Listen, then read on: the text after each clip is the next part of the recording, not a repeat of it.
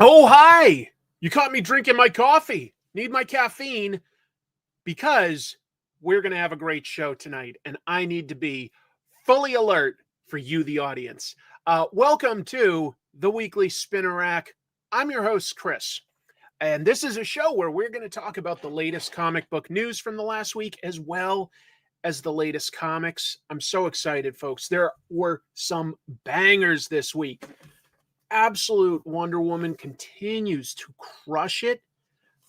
I feel like this is one of Peach's best pieces of artwork for interiors on Ultimate X-Men issue 12. Ultimate Spider-Man does some wild stuff with its stories, and my cat wants to join into the show. Radiant Black is back with a new arc, a new jumping on point. And I am super excited to share with you folks one book that I got this week. Starbarian Tales by my friend and amazing animator Harry Partridge. Folks, I'm a big fan of Harry. And, I was really excited to see his first comic book, right? But I was a little nervous because I love his cartoons. And what if that didn't translate? Not only did it translate, I will tell you that I have some glowing things to say about this comic. It is exceptional in several areas. Exceptional. I can't wait to give you my take on that. But we're going to start with news of the week. And before even that, let's give some shout outs to folks that have jumped into the chat room. Oh my. Okay, this is a nice surprise. Hold on. Hello, GT Key Comic. And yes, Chem Dog's ready with all sorts of salutes. These are double salutes that we do here on the show. And look, I didn't see this, but Harry already dropped me a super chat. He's so supportive. Nicest guy in the world. Sorry I can't watch live tonight, Chris. Should I do it in his voice? Sorry I can't make it tonight, Chris. It's bedtime here in the old Greenwich Mean Time. Thank you for all you do for comics. Comic troops forever. I know that's not a good impression, but thank you, Harry. Thank you so much. And I'll just start rattling down because I can't keep up with all these comments, but it's wonderful to see so many guests already here. We're going to have a really good time tonight. I will caution you, though. Some of the news I'm going to talk about this week is a little bit of a downer for comics, but I also mixed in some cool stuff. Hello, sister. Thank you for your support. Anyway, it's going to be a good show. Lovely to see some of oh yeah. I was going to mention this too, but Owen's Reviews mentions it. I won't be offended if you come back and watch this once it's archived, because Kyle Higgins, writer of Radiant Black, is hosting a live show in 1 hour on the Massiveverse YouTube channel. Going to talk about the behind the scenes creation of this issue, answer viewer questions, things like that. Kyle's been amazing, just a great friend, and I think he's incredible too. So I would not be offended if you wanted to go see that. Or watch his archived and stay with my live stream, whatever you prefer. Oh, look at this. I keep getting new nicknames from my buddy West Coast Avengers. Lovely to see you. Lovely to see all of you. This is awesome. I'm trying to just catch new names here and there. Yeah, I love it when you hit the like button. That helps the show. But that's a lot of hellos. Let's get on with the news of the week and just get into the show, right? All right. There's my amazing thumbnail. I'm just a master of Photoshop. Hi, Todd. We'll talk about you soon. Let's get into it. First of all, an update is I did a backup story in Radiant Black 32 next month, okay? Small, but I'm proud of it, and I want to promote it, and I'm going to be doing a signing. So if you're in the Pacific Northwest specifically, it's going to be at Stargazer. That's in Tacoma, Washington, March 26th, the day the comic comes out, from 4 to 6 p.m. I'd love it if anybody in the area was available, just so that I don't feel like I'm wasting anybody's time. But I'm going to also have a few copies, not many, but a few copies of a book I did. It's an anthology called Trickster. I did not an illustration. I did a story in it that was Eisner nominated. That's a book I'm proud of. I'll have some original art, things that I've been drawing like on the show recently, but also the original art for that issue of Radiant Black. And some of these I'll probably have priced very reasonably for sale just in case. And I'll have, or I should say the store will have the Vampirella cover that I did for Dynamite. So if, you were curious, like, oh, I'm just one backup in Radiant Black, that's not enough. Well, there'll be a few other books that I've worked on that you could potentially pick up. So, yeah, I figure I'll just bring some of the sketches that I've done on the show, like a small handful. And if people want to buy them, that's awesome. And if not, that's okay too. Oh, thank you so much. I appreciate you. So, plugs out of the way. I know people are here for the news, so let's get to it. First of all, I'm going to be very careful with this, but a ton of MCU concept art got accidentally, I'm assuming accidentally, leaked by an artist that works for Disney. I'm not going to show the stuff that's about future movies, okay? I won't show those images. I'll just talk about the news story, and the images that you see here are for things that have already come out. I'll explain. But I have to admit, I looked and it was kind of exciting. But anyway, let's see. This past Saturday, MCU concept artist, and I'm probably going to butcher her name, Mushk Rizvi. She posted tons of MCU concept art to her ArtStation page and immediately took it down. But it's the internet, and if something's up, it's up forever, folks. Keep that in mind as to how you behave yourself. So it's gotten shared on social media. It's not hard to look up on Reddit or Twitter or just a Google search, and you can see articles about this stuff, okay? But some of the ideas were insane. I won't spoil the ideas. What I'll say is it featured a ton of potential spoilers for Avengers Endgame. Gives you an idea of what, at least, we don't know for a fact that these are the ideas that will make it into the movie. But I will say you can definitely tell exactly which characters and the likenesses thereof they're planning to use, if you're curious. It does feature not just movie characters, but also a lot of people from the Disney Plus shows. What did I say, Owen? Did I not? I wrote Avengers Endgame. I do mean Avengers Doomsday. I just mistyped. I guess I just have typed that. That was muscle memory. I'm sorry. Yeah, everyone's like, what are you talking about, Chris? Sorry.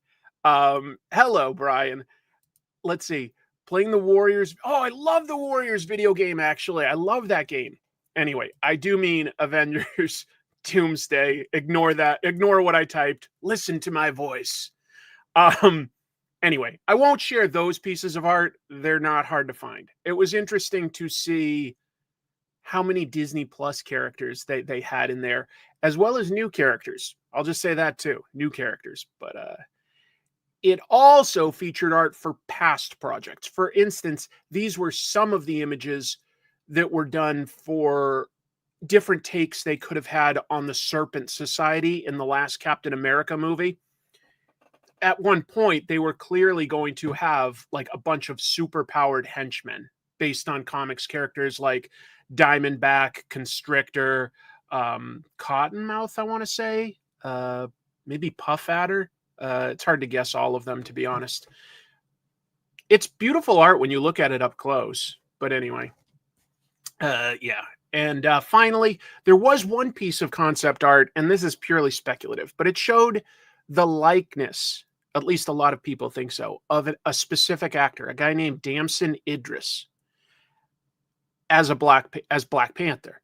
And so people are like, could this be a concept for a future movie? Could it be like a variant in like one of the Avengers movies? Could it be for like, something in the past that they didn't develop? Unknown, but it definitely looks like a very specific actor. And the concept art that Marvel produces will have the likeness rights for like signed actors, or at least an actor that they're seriously courting. So we'll see. Yeah, you know what? I also am a fan of the Serpent Society. It's had many iterations. The one I was most familiar with was the sort of 80s and 90s version that Mark Grunwald used in Captain America, the comic. And it was just kind of cool. It was like 20 members deep at one point, all snake-themed supervillains. That's a fun idea. I would have liked to have seen Diamond back, but if it means that she could have a more important role, I always thought Diamondback had a lot more potential than most of the other characters. They were mostly henchmen. Diamondback was a sidekick to Steve Rogers. So I have no idea why she would have uploaded all this stuff. Unless there's a way to like sort of upload stuff to a gallery that's private or invite only to look at, and she accidentally made it public. That's all I can assume. So it's up to you if you want to look up like these ideas. They may not even get developed into the movie for all we know, but there was a lot of like concepts that look likely. I think she definitely hit the wrong button, but I also have to imagine this gets you in a lot of trouble. Like, because you should see some of these ideas, but I won't talk about them. I'm going to keep moving. Marvel has vowed to kill the Silver Surfer. It was just last week I was talking about how Marvel is planning to kill off Thor, and now they're going to kill off Silver Surfer. Oh, it's such a trope, isn't it, in superhero comics? I mean, I made an episode about it, but it feels like I could make an episode about death in comics every month. That doesn't mean that it'll be a bad story. Let's talk about it. Marvel officially announced this. It's a series about the death of Norrin Radd. I mean, that's the title of the book, as you can see from this cover art. It's going to be a 5-issue series. It is by writer Greg Pak, and I have to admit, loved his Planet Hulk stuff. Exceptional story. Art by Sumit Kumar. And I know Sumit did one of those Marvel black, white, and red books, but I can't remember which one. That the cover art is not by Sumit, it's by somebody else. I don't know who. Norrin Dead with 2 Ds. Love it. Good. Well, I mean, let's consider the timing here. Yes, this is something Marvel does a lot when a new movie is coming out. Just to be clear, I'll talk about it in a sec. So what it tells you, there's like a small paragraph, and it just sort of says that it's a story where Silver Surfer returns to a war-ravaged Earth. That implies to me this is a what-if type of story. It's set in the future, the way I read it. Although, who knows these days? I mean, what's going on with our planet?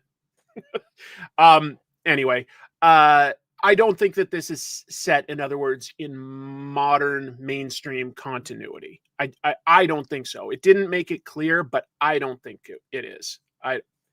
I think it's an alternative future story. They've done that before with, like, Punisher the End, for instance. Like a theoretical final story for a character. That's what I'm thinking. This begins June 11th. And let's consider that timing. That is 1 month before Fantastic Four First Steps comes out in theaters, July 25th. That features a different take on Silver Surfer. That Silver Surfer will be Norrin Radd's girlfriend, Shala Bal. She has been Silver Surfer in alternate continuities, and it certainly looks, from all indications, that Fantastic Four at least starts in an alternative universe. That's a very Fantastic Four thing to do, though, so I think that they are playing fair. I don't think Punisher ever became Silver Surfer, but of course, Cosmic Ghost Rider is the Punisher given both Ghost Rider's abilities and becomes a Herald of Galactus. So technically he is, in a way. Jack, either come over here and hang out or don't. He's just shouting his meows. Yeah, sometimes future set stories are exceptional. I think last year's Avengers Twilight was a truly great comic that will get remembered very fondly in the years to come. I'm surprised it didn't make bigger waves as it was coming out. It's a really good story, folks. Chip Zdarsky, Daniel Acuna, takes place in a near future where there are no more superheroes. It's a very fascist America, but it's one of the most hopeful stories, one of the most heroic stories. Beautiful art, so good, so good. I truly recommend it. Did I put it in my top 10 for the year? I honestly don't remember right now. I hope I did. Jack.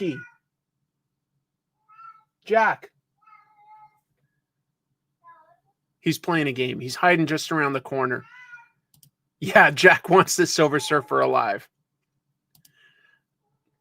Yeah, Chip on Captain America could be very good. Yeah, definitely a great writer. Definitely a great writer.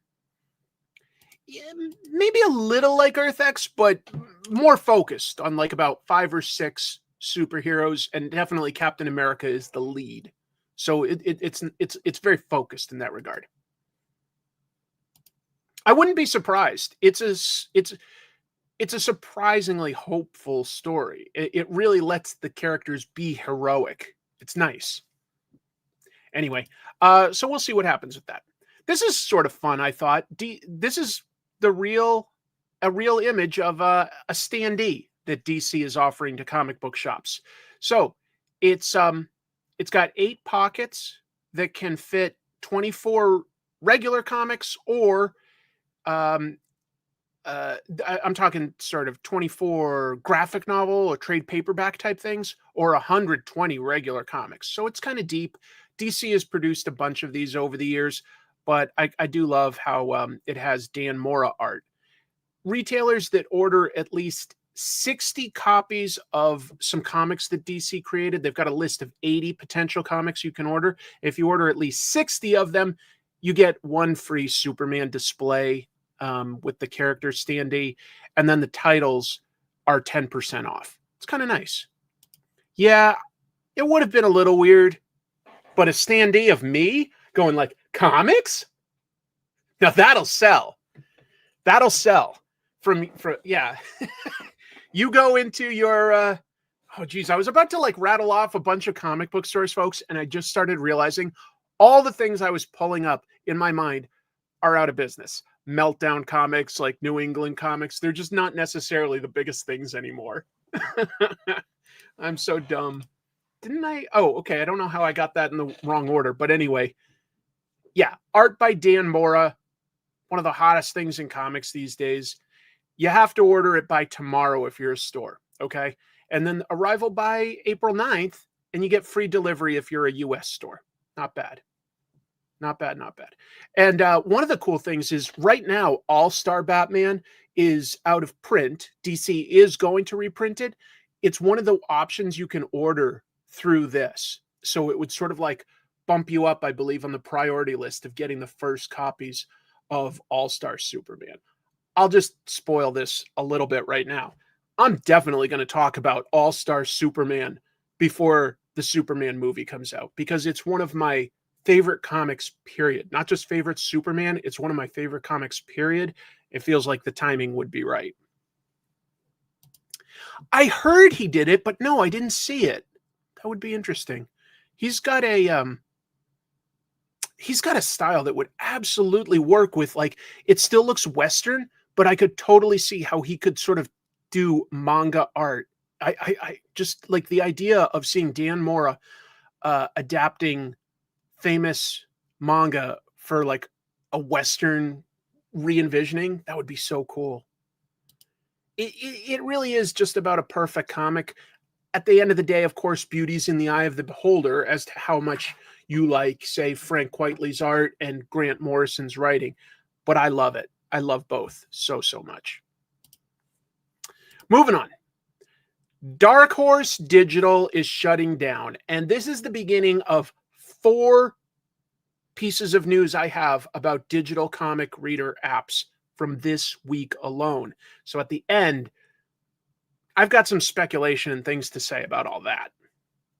But yeah, Dark Horse Digital, which started all the way back in 2011. So it's been going for over a decade. It's shutting down. Last Monday afternoon, basically shortly before I would have started my show, so I missed it. Dark Horse quietly announced that they were closing the digital reader app. So this happened effective February 24th. The service closed for like the app. I'm talking the app. Sales, like for people that bought the comics through the Dark Horse digital website, the Dark Horse Comics and Plants vs. Zombies comics app, they all ended back then. And then on the 31st, the app stopped having any support. So it doesn't really work anymore. You can still log into the website version to read your comics that you've already bought, but obviously you can't buy new ones, and there's no support or ways to download a PDF. So this is one of those instances where we talk about how, digital is convenient for video games, comics, music, but you most of the time don't actually own that thing. You just have a license to access it for as long as the company decides that they're going to give it to you. Bummer. I know I have a few Dark Horse books. I'm not heartbroken, but there's plenty of people. Say you live in, say you move from the US to another country. Maybe you get a job in Australia or Japan, something like that. Maybe the most cost-effective way to keep up with the comics you like is to read the digital version, right? Just about gone. They forgot the comic readers that stick around for years have mostly no interest in digital, except for until it gets to a certain price point. I think, Dave, that I do believe that people would try it if print was prohibitively expensive, but you could affordably get it digitally. They've mostly avoided having two different pricing tiers because the comic shops don't want to alienate the comic book stores. That is still their primary vehicle. And if you made it cheaper somewhere else, you're pissing off the main way you sell them. But if the costs get prohibitively too expensive, they're going to have no choice at some point. The publishers, I mean, it's crazy. It's crazy. Let's see.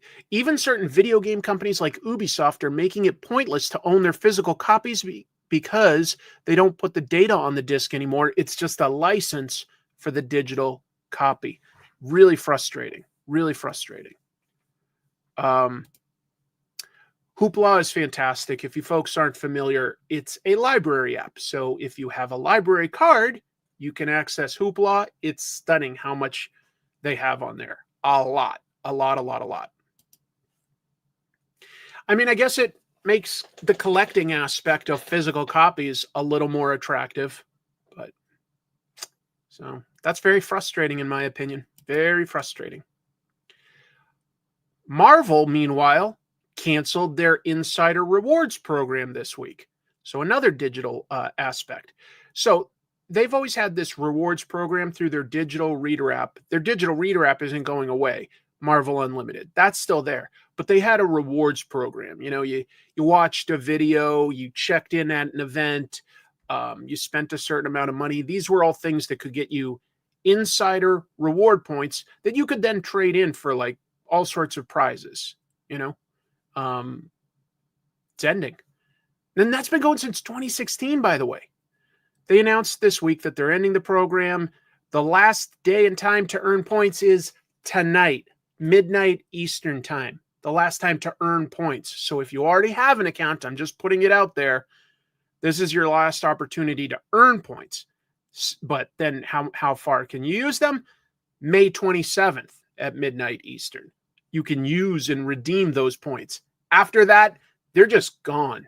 So if you've been collecting the points for like a big prize or something like that, time to use it, apparently. Time to use it. I had 100,000 points I let lapse. Now this. Oh my gosh. Use whatever you have.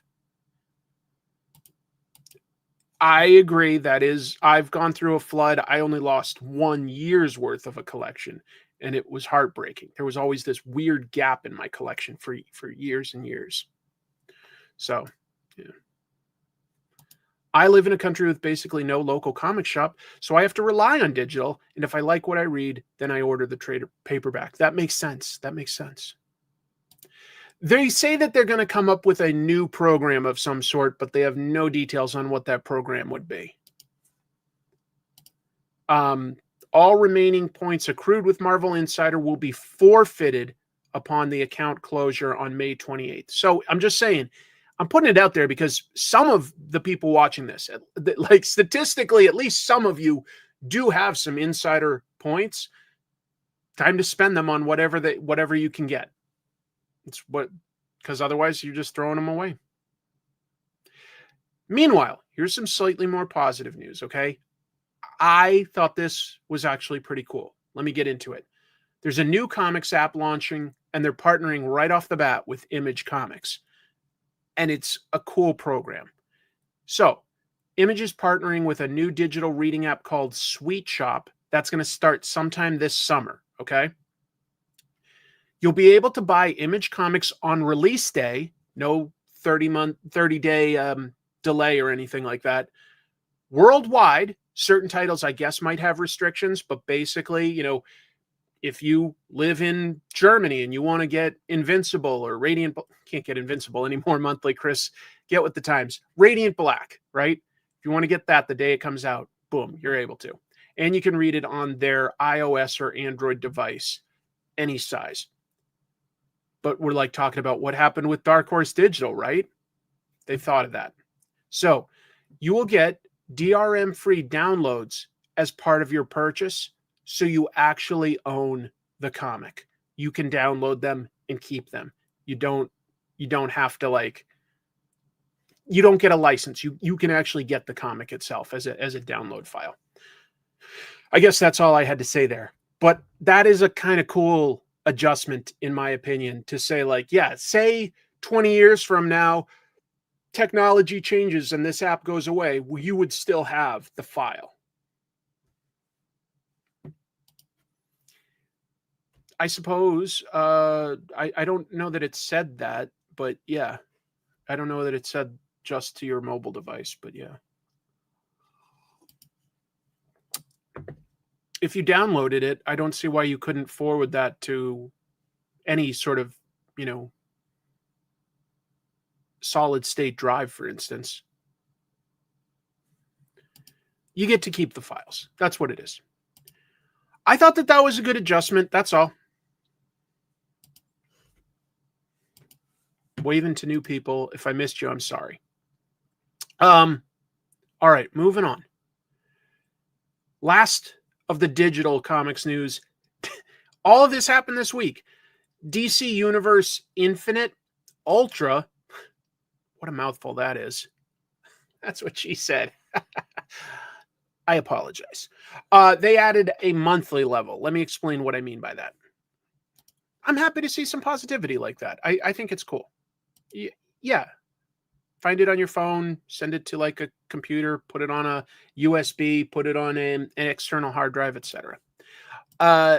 So DC announced they've got something called the Ultra tier of DC Universe Infinite. That's their reader app.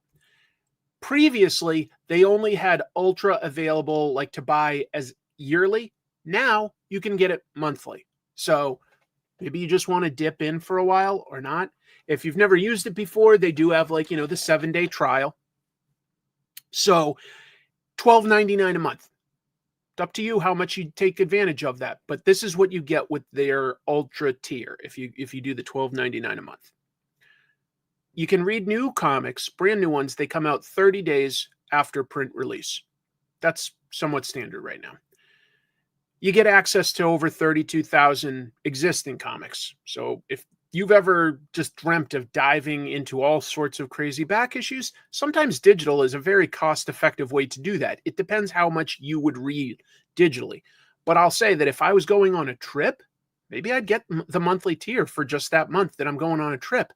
And it would be something fun to do on trains and planes. But not in those automobiles. You got to beep, beep, pay attention to the road. I was always taught that you keep your hands at 10 and 2, but I've heard now that new driver's ed teaches you that you can hold the steering wheel down below so that, like, if you were in an accident, the airbag wouldn't hurt you. I grew up learning to drive with your hands down, like down here would be dangerous because if you need to make a quick turn, you know, your arm hits your body, for instance. But I guess that's not how they teach us anymore. Now it's 9 and 3. Okay, I thought I was taught 10 and 2. You know what's fun to do on trains and planes? Yell choo choo and wee. But it's fun to do it like opposite, so that if you're on like the plane, you yell choo choo, and then the pilot will eventually come out and go, that was cool. What else do I have to say about this? They've added a bunch of new stuff to their DC Universe Infinite. They've added like their Vertigo and Black Label stuff, and you can get member-only events, which I assume would be like little interviews or announcements of upcoming comics, which the next day you could hear on a show like this. I don't know, though. Finally, DC announced that for their DC Go app, that's where you can read their original web comics and stuff. They're adding their Absolute comics to that app. I don't understand why they need to have two apps, to be honest. I'm a little confused about that. That part, I either don't understand or can't explain if I am understanding it right.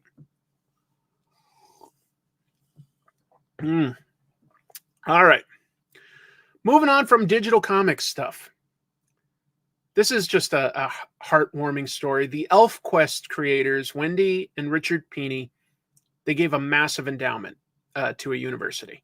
They donated $500,000 to Columbia University to endow and conserve the school library's growing collection of comics, graphic novels, related prose works, books about comics, or books by comic book writers, like maybe about their time, etc.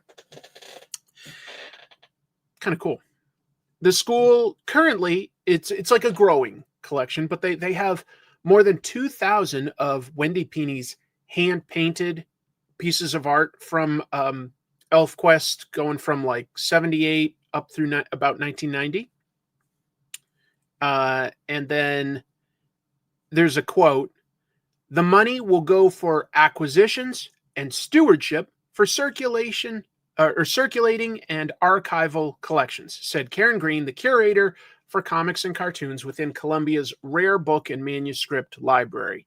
Also, I thought I had one more piece of news there, but I guess I didn't include it.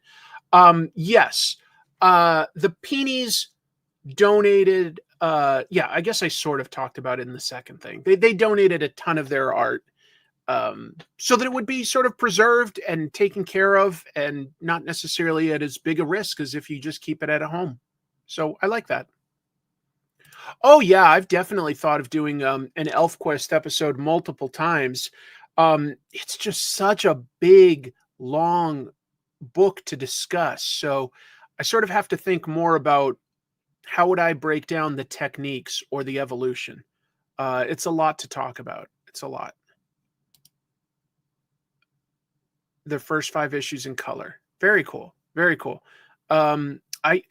Speaking of digital comics, I actually bought the complete ElfQuest collection from one of those humble bundles. That's where, you donate money to a charity and they give you access to like a ton of comics. So like one of them was like, you could get the entire ElfQuest collection digitally, and the money went, I think, to the World Kitchen, World Central Kitchen, something like that. And I was like, that's good. That's a win-win.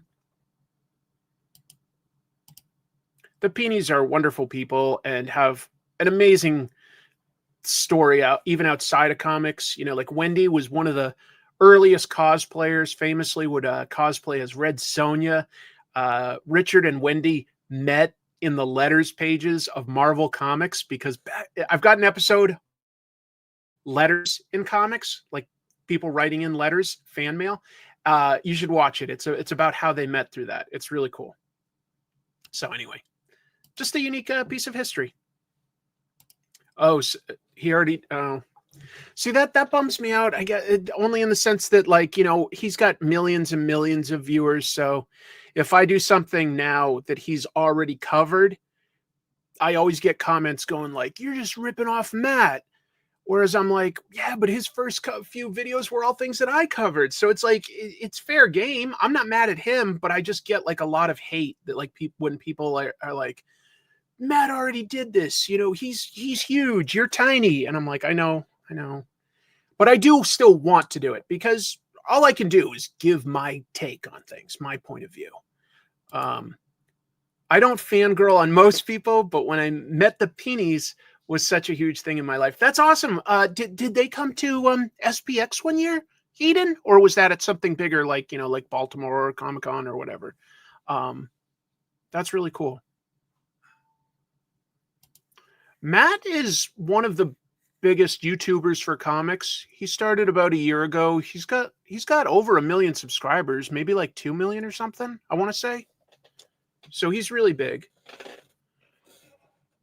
Oh, Ann Arbor, Michigan. Okay.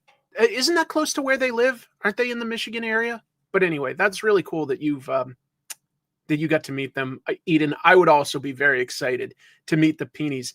I mean, to say nothing of what they did for sort of self-publishing indie comics, you know, like huge piece of history there. Nope, not there yet. So I just thought that was nice news. Moving on. Mattel has got back the rights to make DC comic toys. No longer with McFarlane soon. So Mattel and Warner Brothers announced this just like a day or two ago, that Mattel will again be making DC Comics toys. That's a huge license. Huge. I mean, the Marvel license for Hasbro, that's just a money printer. That is so popular. Oh, I guess I'm thinking like his videos have millions then. But he has more subscribers than me, and he's been doing it for a year. And I took like 8 years to slowly keep growing. But I am still growing. So that makes me feel good. And I love what I do. So here I've got one of the McFarlane versions of, say, specifically Batman 66. And down here is the Mattel version. I never liked how Mattel did the hinge here at the abs and chest. It's like this square. Anyway, through the partnership, Mattel is awarded the global licensing rights to develop and market a full range of DC-themed action figures, play sets, accessories, role-playing products, and perhaps most importantly these days, adult collectibles.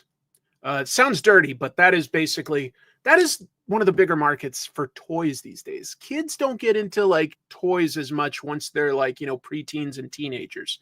It's not, when I grew up, toys were popular. We loved toys, you know. These days, kids don't want physical things as much, but adults love having this stuff on our shelves. Anyway, this also just shows that it's going to start in the second half of 2026. So McFarlane still has it throughout all of this year and half of next year. But, you know, it is going to change. 2019 was when McFarlane got announced as taking over the license from Mattel. And they've been making the Multiverse brand figures since 2020. They also brought back the Superpowers line. So yeah. And then there's also Spin Masters has like the right to do like the tiny figures for DC. But that is all going to Mattel.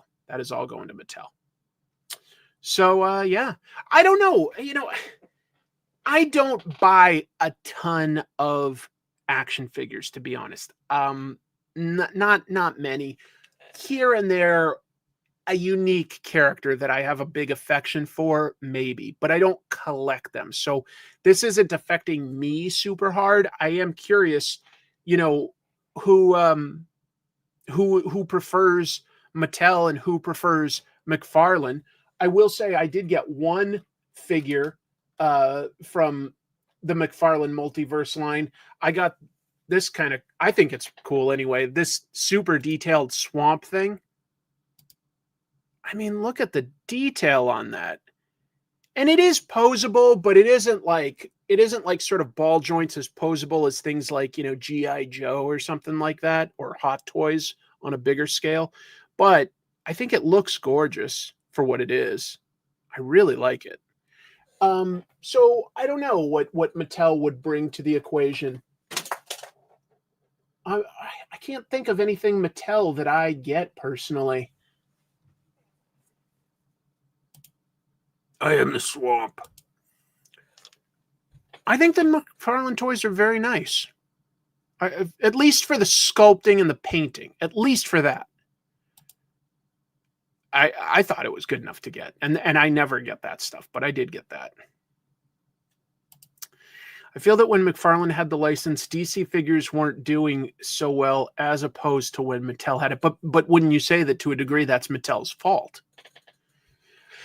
And I would say that, like, one thing is, I think that McFarlane toys have been doing a greater variety of characters. I mean, characters like Ambush Bug and Orion, I just feel like you didn't really see most of those characters when Mattel had the license. It was Justice League. It was whatever the movies of the time were. Oh, wait. Yeah, they make it with actual living plants. Could someone finally just do a Neil Adams, Garcia Lopez, Jim Aparo Batman? That would be nice. But they should also create a new jacking off Conan figure. I don't know why that was ever made. All right. We'll move on with more news. Yeah, Ambush Bug is in the stores now. I've seen that on shelves. So, yeah.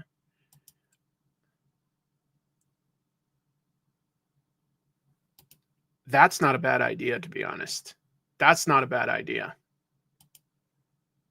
All right. What else we got for news? I think we've got some other toy news because, yeah, this past week was Toy Fair, so a bunch of stuff got sort of announced by toy companies. Magic the Gathering is making a Spider-Man version of the game. I like how that plays. So at Toy Fair, Hasbro revealed images for a Spider-Man version of Magic the Gathering. That's a collectible card-playing game. I haven't played it in a long-ass time. But there was like a brief couple of years where a coworker taught me how to play, and we would spend our lunch breaks playing that game. It was really, really fun. So this game comes out September 26th. You can get a play booster pack for $6.99, the collector booster for $37.99. Maybe this makes sense to other people. The bundle for $69.99. I don't know what any of this means. And a scene box. What's a scene box? I couldn't figure it out. It was more than I could understand. But if you like Magic the Gathering, maybe this makes sense to you. And that was it. Yeah. All I could say is I was like, yeah, the art looks good. I saw that they had like a wide variety of characters and, you know, like artifacts. Looks cool. Looks cool. They've done a lot of different Magic the Gathering brands based on licenses these days, like Doctor Who and stuff like that. You know, it's just a play mechanic that works really well. So you could theoretically slot anything in there, and it'll be a playable game.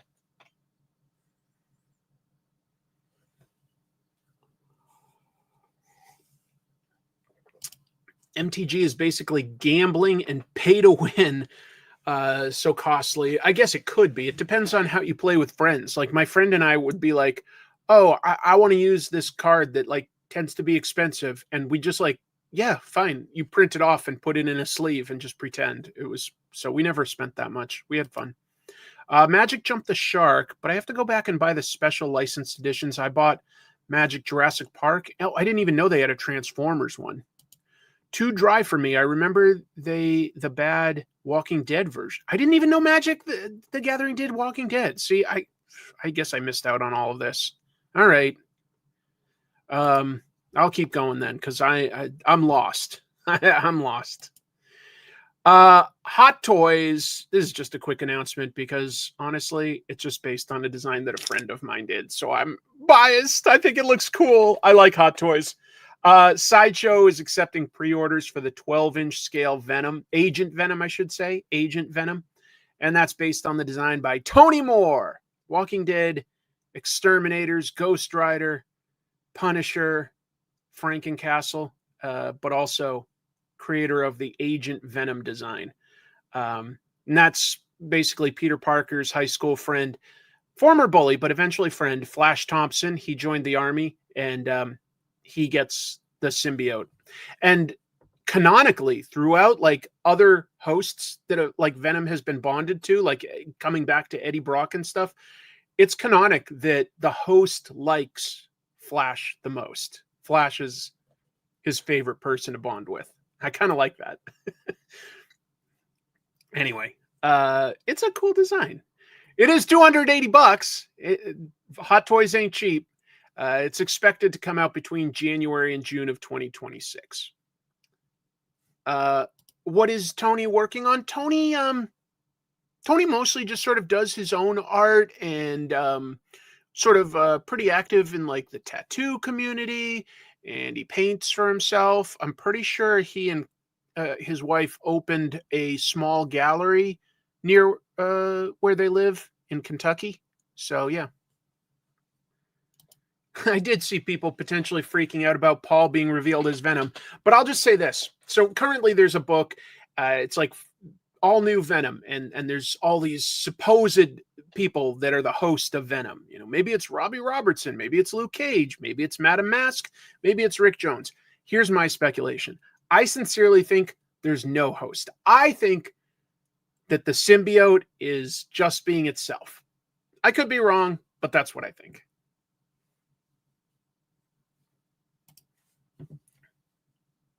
Moving on. Invincible is getting a tabletop role-playing game. As you can see, it's on Kickstarter. Not Rick James, Rick Jones. All right. Anyway, the pre-launch Kickstarter page is up right now. Here's how they describe it. Superhero role-playing coming to Kickstarter later this year. The initial offering will include a comprehensive core rulebook and starter set with illustrations by Corey Walker and Ryan Otley. Not noting whether that's new or repurposing existing illustrations. I hope that means that there's going to be new illustrations by both of them. I hope that's what it means. I can't get enough of either of those guys. Also, here's who's designing it. Adam Bradford. He did D&D Beyond, Dungeons and Dragons, Cortex Prime, Marvel, all of those role-playing games. Tomas Herenstam, Free League co-founder and lead designer of titles such as the Alien role-playing game, Blade Runner role-playing game, Mutant Year Zero, and Dragonbane. Anyway, seems like a solid team, and there's a lot of characters in Invincible and a lot of locations, so you could do a lot with Invincible. It's a pretty big world. It's a pretty big world. Have you ever done a show on how our publishing with Image? I don't quite follow that question. I'm sorry. I don't quite get what you're asking. Yes, this will retroactively be on the Dreamcast.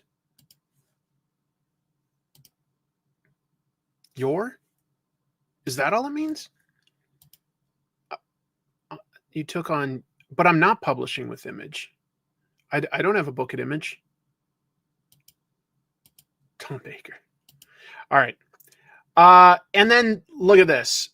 Void Rivals action figures and Jetfire.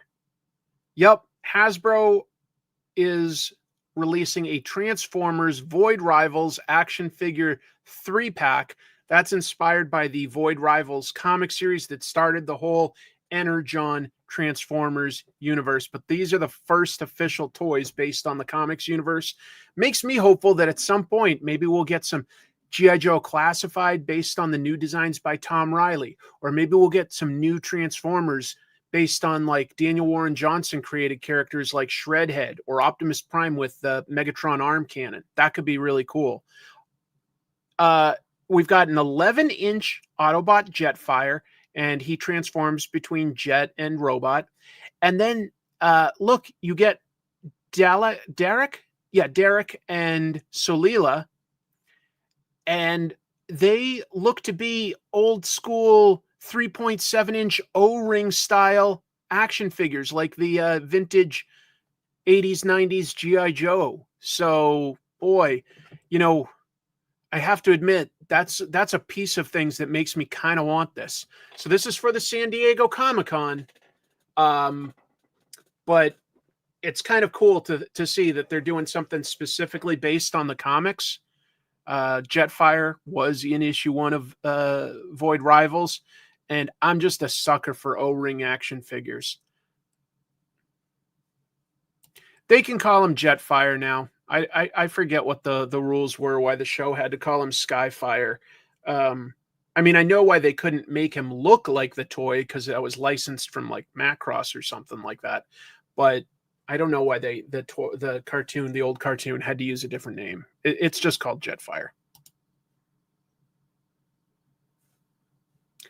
Looks like fun, especially the 3.75-inch figures.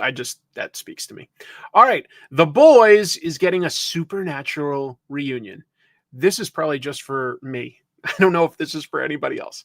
But Jared Padalecki and Misha Collins, the two guys in the middle on the right here, have joined the 5th and final season of The Boys as guest stars. And that will reunite them with their fellow Supernatural star, Jensen Ackles, who, if you watch the show, plays Soldier Boy on the show. And showrunner Eric Kripke, he runs The Boys, but he created Supernatural and ran it for the first 5 seasons. And then it kept going for another 10 years after that. But anyway, he is still very close to the actors on there. For instance, he's brought back Jim Beaver, was like a regular on Supernatural. He played presidential candidate Robert Singer, which is the same name as the character on Supernatural, but a very different person. He was a presidential candidate on The Boys. Jeffrey Dean Morgan was one of the main guys throughout season 1 of Supernatural, and he plays Billy Butcher's former coworker, Joe Kessler. So, yeah. Yo, thank you so much for jumping in. By the way, I was going to talk tonight about, and I will, I'm going to talk tonight about the latest issue of your wife's beautiful book, Ultimate X-Men. I think this features some of the best artwork that she's done for interiors. Some of these pages, I won't spoil everything, but these pages were gorgeous. Folks, if you haven't met Yo, I can just tell you, he is one of the kindest people out there. When I was in Japan, like a month or so ago, my wife got very, very sick. And Yo does not live in Tokyo, but he said that he would be willing, if I needed help, to take a train in and help us. And I didn't need to take him up on that, and I'm glad I didn't have to waste his time. But it was just... It gave me peace of mind to know that in an emergency, there was somebody willing to help me. And I just wanted to, I'll never be able to thank you enough for the peace of mind you gave me during that time. Yo, it was very, very, very kind of you to have said that to me. It was very kind, and thank you. But this show is about all sorts of things, so I'll keep it moving. I'm almost tearing up, though, because I am tearing up because it really was a super stressful time for me, and it was just one of the kindest things ever. So anyway, he's a great guy. All right, going back to the news. Hello, welcome to the show. Oh, you think so? I really like The Boys quite a lot. I really like the show. I really do. But, you know, beauty is in the eye of the beholder. And I'm not the beholder. I just like to go there maybe once a year. It's one of my favorite places in the world. If it was easy, I would move there at this point. I would love to live there, I think. I like the food. I like the culture. It's a pretty country. The train system is incredible. I would be such a train nerd if I moved to Japan. I would be getting like train model kits and reading up on the history of their train system. I love it. But what else have we got for news? Oh, no word, just to be clear, on who these guys are playing on the show. This is from Bleeding Cool specifically. They're talking about how Diamond Distribution is trying to collect on bills. No, I didn't really have much news on that, Mike. There was a video game in development for Wonder Woman. It fell apart. Gail Simone had some lovely things to say about it, but I couldn't find a lot more than that. So let's talk about this. It's quick. In Diamond Distribution's Chapter 11 bankruptcy, and now I'm going to quote from Bleeding Cool, Diamond lists $22 million in debts from people who owe them, $1 million of which is labeled as from doubtful or uncollectible accounts. So probably like businesses that have gone away. They also list $11 million in debts over 90 days old, $6 million of which is seen as unrecoverable. So they're not going to get all the money that they need. One might note that if they recover the entire amount, $33 million, it could go a long way to coming out of bankruptcy, of course. So this is also, just to be clear, I'm quoting from Bleeding Cool, so feel free. I would recommend going there for, any further conversation. So not that they, Diamond, aren't trying. Bleeding Cool is aware of a number of comic book stores that have suddenly received surprise demands for payments of unpaid invoices dating back last year. However, when retailers go and look, they can find no such invoices. That sounds like some chaos coming out of the fact that Diamond has had to let so many people go. I just don't know. Not just comic book stores, but yeah, comic book stores. But they're owed money by other places too. They have all sorts of people that they owe money to people, but they're also owed money. Keep in mind, here's one nice thing that Diamond did. During the pandemic, they floated some money for a lot of comic book stores. They were like sort of paying for the product from publishers and sort of like they were extending credit to a lot of comic book stores during a very tough time that a lot of comic shops could have gone out of business because they weren't getting that much new material. Diamond did do a lot to help comic book shops during then. They also created the idea of Free Comic Book Day to get people into comic book stores. I'm just saying they have done a lot of good things for comic book stores in the past. It might be poor bookkeeping. I wouldn't know, but it does sort of sound like it could be. Like, oh yeah, Diamond has extended way more credit than maybe is even financially sensible, you could argue. But at the same time, they're like, well, that's their business, isn't it? So it's in their interest to have tried to keep comic book stores healthy and going. Some of them may have, but I don't think that that's the majority of where they're owed money. I don't know.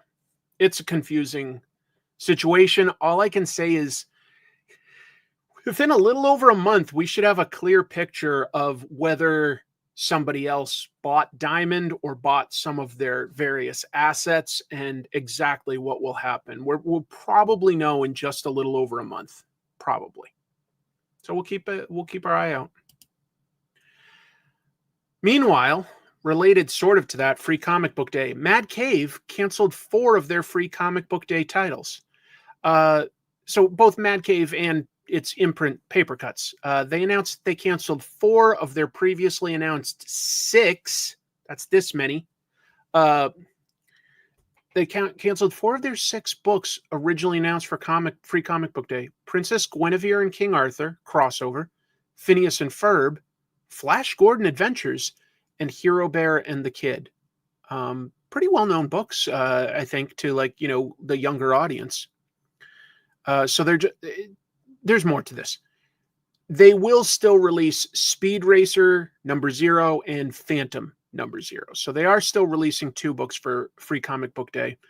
You can order that if you're a store in single issues through Diamond or in bulk through Lunar.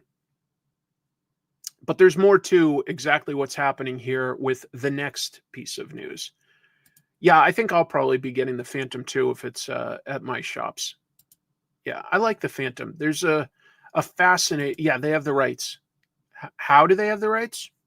I don't know. I mean, they negotiated with King Features Syndicate and they got them. Probably helped that they first had done Flash Gordon and that it's been going well for them. I think that's also King Features Syndicate. So they were probably open to the idea of making a new comic book for the Phantom. Yeah. It's good for the King Features Syndicate too, to every once in a while have a comic book version out instead of just the comic strip, because it raises visibility. I'm looking forward to that one. Related to that, TokyoPop also canceled one of their free comic book day books. This one here, a manga take on Stitch. So yeah, they canceled Disney's Stitch Best Food Forever. Here's what's interesting. Mark Visnick, he's the chief operating officer and publisher at TokyoPop. He told Bleeding Cool this, quote, "We canceled the print version since Diamond couldn't commit to paying us. We do plan on releasing the digital version for free shortly after Free Comic Book Day." So this helps explain something, because last week we talked about how Fantagraphics canceled their Lost Marvels Free Comic Book Day book. Mad Cave is canceling 4. TokyoPop is canceling 1, but they have a quote about it. And I would bet that's why a bunch of these places are canceling it, is because Diamond couldn't pay them for the stuff. Because Diamond was providing, like, selling these to comic book stores basically at cost, but the publishers were selling them to Diamond. So like everybody was sort of like doing it at cost and then giving it to the customer for free. But that sounds like what's going on, is that this is fallout from where Diamond is. They don't have the money to float to these publishers right now. It's what was sort of making sense, but this quote from TokyoPop like really makes sense. No, they still have the book is still going to come out, and they're still going to release this free version digitally at this point. They're just not producing the free comic book day version, to be clear. Publishers pay for the printing, and then Diamond basically buys that at cost. The stores buy it at cost, and then the stores give it away for free. So the stores are the ones that actually sort of, in a way, pay for this. They just pay a really low amount compared to what they normally go for. But yeah, just to be clear, comic book stores do buy free comic book day books, and then they give them away to us. It's why I try not to like just go to a store and take as much as possible. I'll come and I'll get like 1 or 2 things that I'm especially interested in. Oh man, that's a bummer. Carmeline was great. That's really, really cool. Yeah, the stores also pay for shipping. So the stores, but they get to decide on how much they want to carry. And now that it's been going on for over 20 years, comic book stores have a pretty good idea most of the time on how much they'll actually give away and what that brings them for business. So, since it's a once-a-year thing, it seems to be something that helps stores. So that's the thing. Now, if these tariffs basically go through tomorrow, what happens is now printing becomes a lot more expensive, because most of our books are printed in China and Canada. Over the last few decades, America has just printed less and less here, just because it became more cost efficient for magazines, books, and newspapers to print in other countries. But now that these tariffs are going through, that raises the cost. That raises the cost to, if you're going to print it there and a distributor is buying them, they'll cost more, and they have to pass on that cost. So that means that the price of comics could go up, or the page count could go down, or they could switch materials. The idea of a tariff is to make it prohibitively expensive to do something out of the country so that it inspires us to use local businesses more. Local industry, I should say. But the issue is that the printers that we have here in America are set up more for small print runs, not massive ones. And if you're doing something as massive as, like, one of the new comic books by Marvel and DC, in addition to not being able to print this much at this scale, a lot of times the covers are done here in America at a different place than the interiors are done. Not always, but mostly. So as soon as you use two companies or more, depending on like what that comic book requires, now you're paying for extra shipping, and there's going to be more damages and loss between the stores. So stores, I keep saying stores, but I mean printers. So it's potentially really going to hurt comics here in America. We'll just see European and Japanese comics continue to get stronger while it's just a mess. It's just a mess. Yeah, the purpose is to theoretically make it fair, but it's been the choice of, say, Time Magazine and Marvel Comics to print outside of the country because it was cheaper, and that's just good business. If we wanted to, say, inspire our automobile production or our microchip production, we can put tariffs on things, and that would inspire the growth of those industries. But if the industry itself has chosen to, scale way down, those tariffs don't really help anybody because there's nobody that can take that business on. It's a mess. It's a total mess.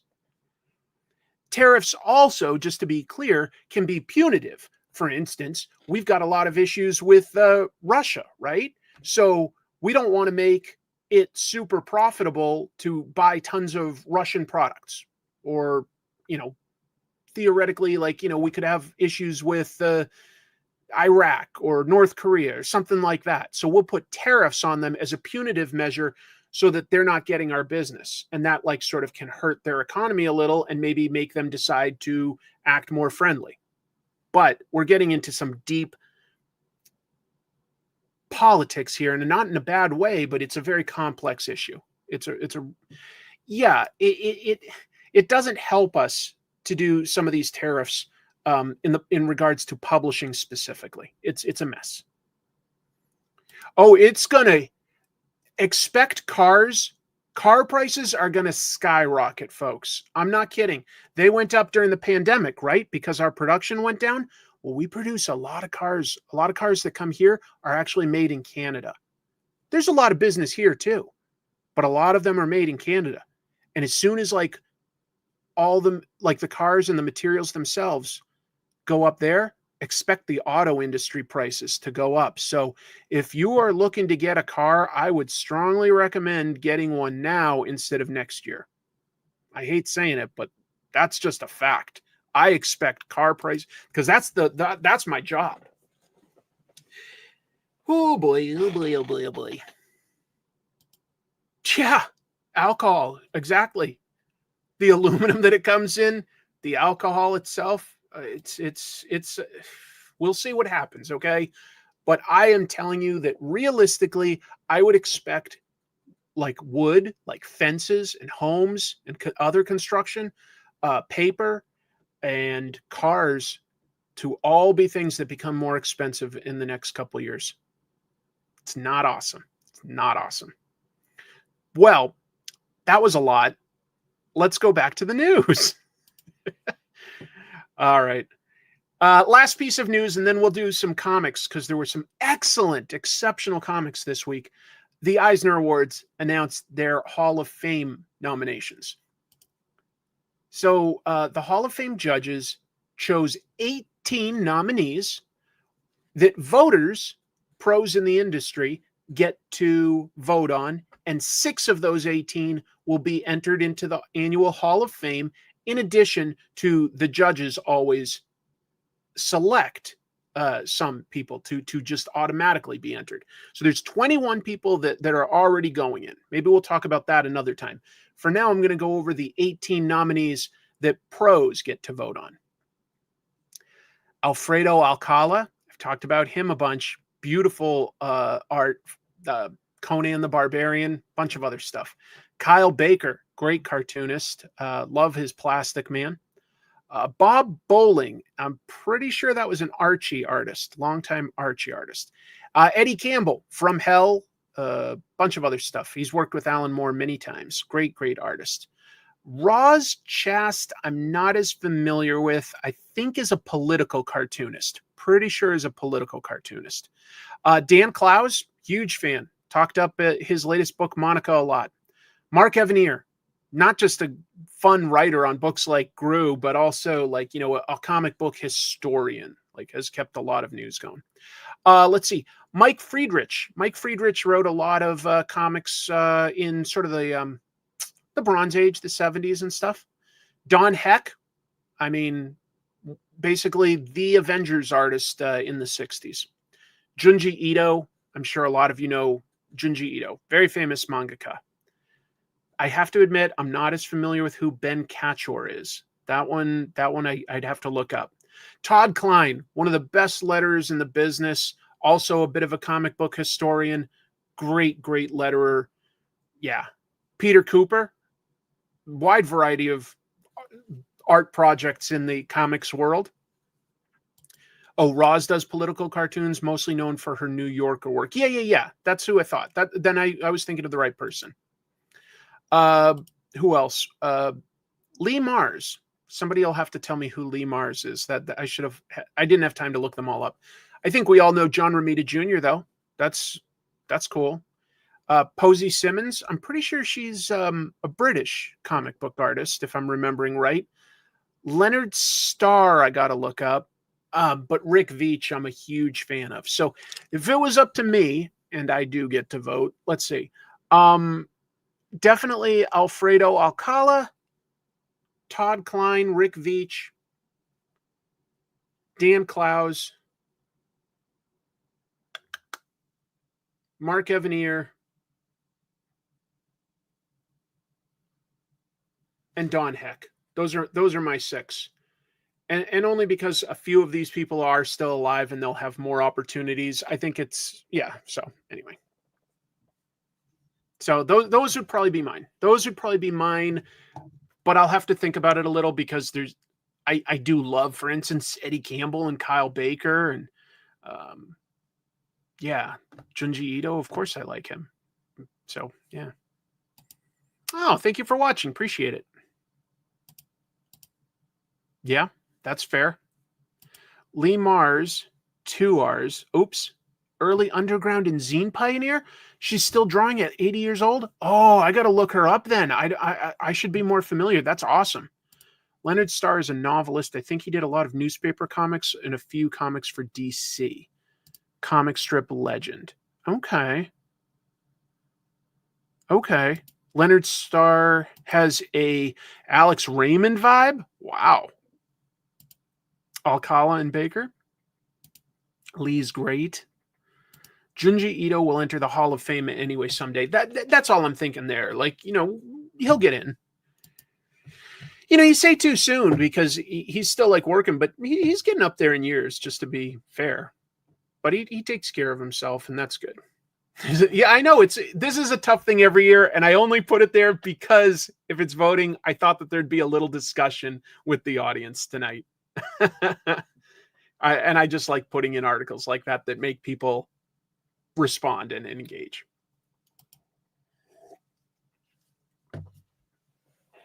I'll start getting ready my camera here so that we can look at some of the comics that came out this week. Let's see here.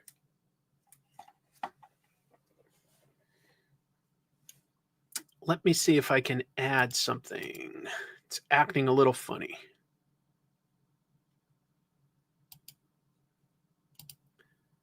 USB. Huh. Bear with me, folks. I think I need to jiggle the connections a bit. Oh, yeah, that's all I drink is gin and juice throughout the whole show. That's me. What can I say? Huh. Hold on, folks. I'm having an issue with my camera today. That's frustrating.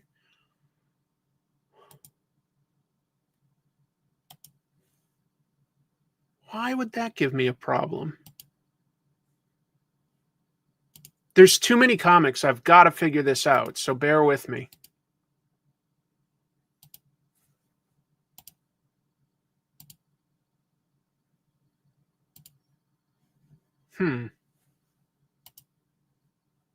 Yeah, this is what happens when I do the show live. All right, maybe if I just shut it off and turn it back on again, right? The classic IT fix.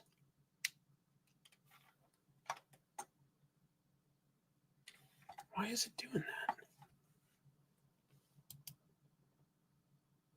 Oh, excuse me, folks. I have figured it out. I didn't plug it in. Oh my God, that's awesome. I was like, why isn't it working? Why isn't it working? Well, Chris, it would help if you actually took the cable and plugged it in. This has to go into the camera to actually get a signal. Good thing that I'm not timed on this. Oh, by the way, speaking of like timing, I don't know if any of you happen to see it, but I did another one of those live streams where anybody that has a indie or self-published type comic that wants to promote it could come on and talk with me. And I expected that it was probably going to go a while. It went over 8 hours. I talked to over 30 different people. Over 30 people I spoke with. Oh, I would love to do those regularly. You know, I would love to do those regularly. The trick is I've got to prioritize making comic tropes, and I have a day job. So I have to sort of fit it in when I can. But anyway, it went well. There were some really amazing comics that got shared. I was really impressed.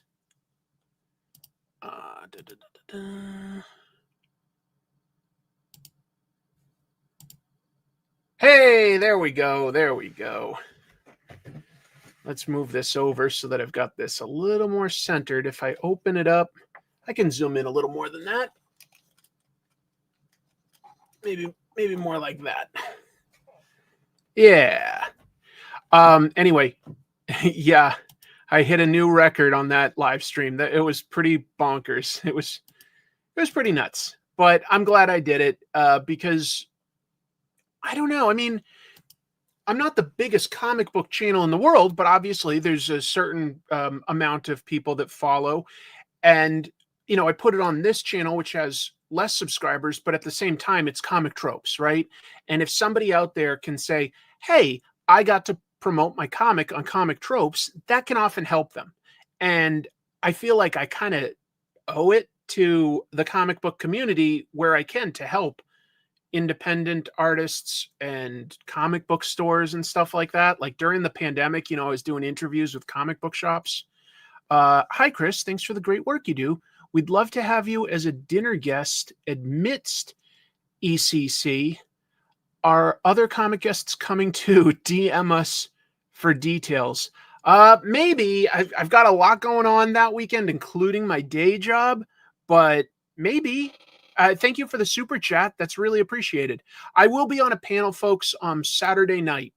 There's a horror panel Saturday night at Emerald City Comic Con. Let's talk real quick about Radiant Black. Took a small hiatus after doing a huge sort of epic story, and it's sort of a jumping on point. They're branding it Rebuild. I think that's good marketing. Maybe you've seen some of the little videos they've got with like Will Friedle talking about the comic.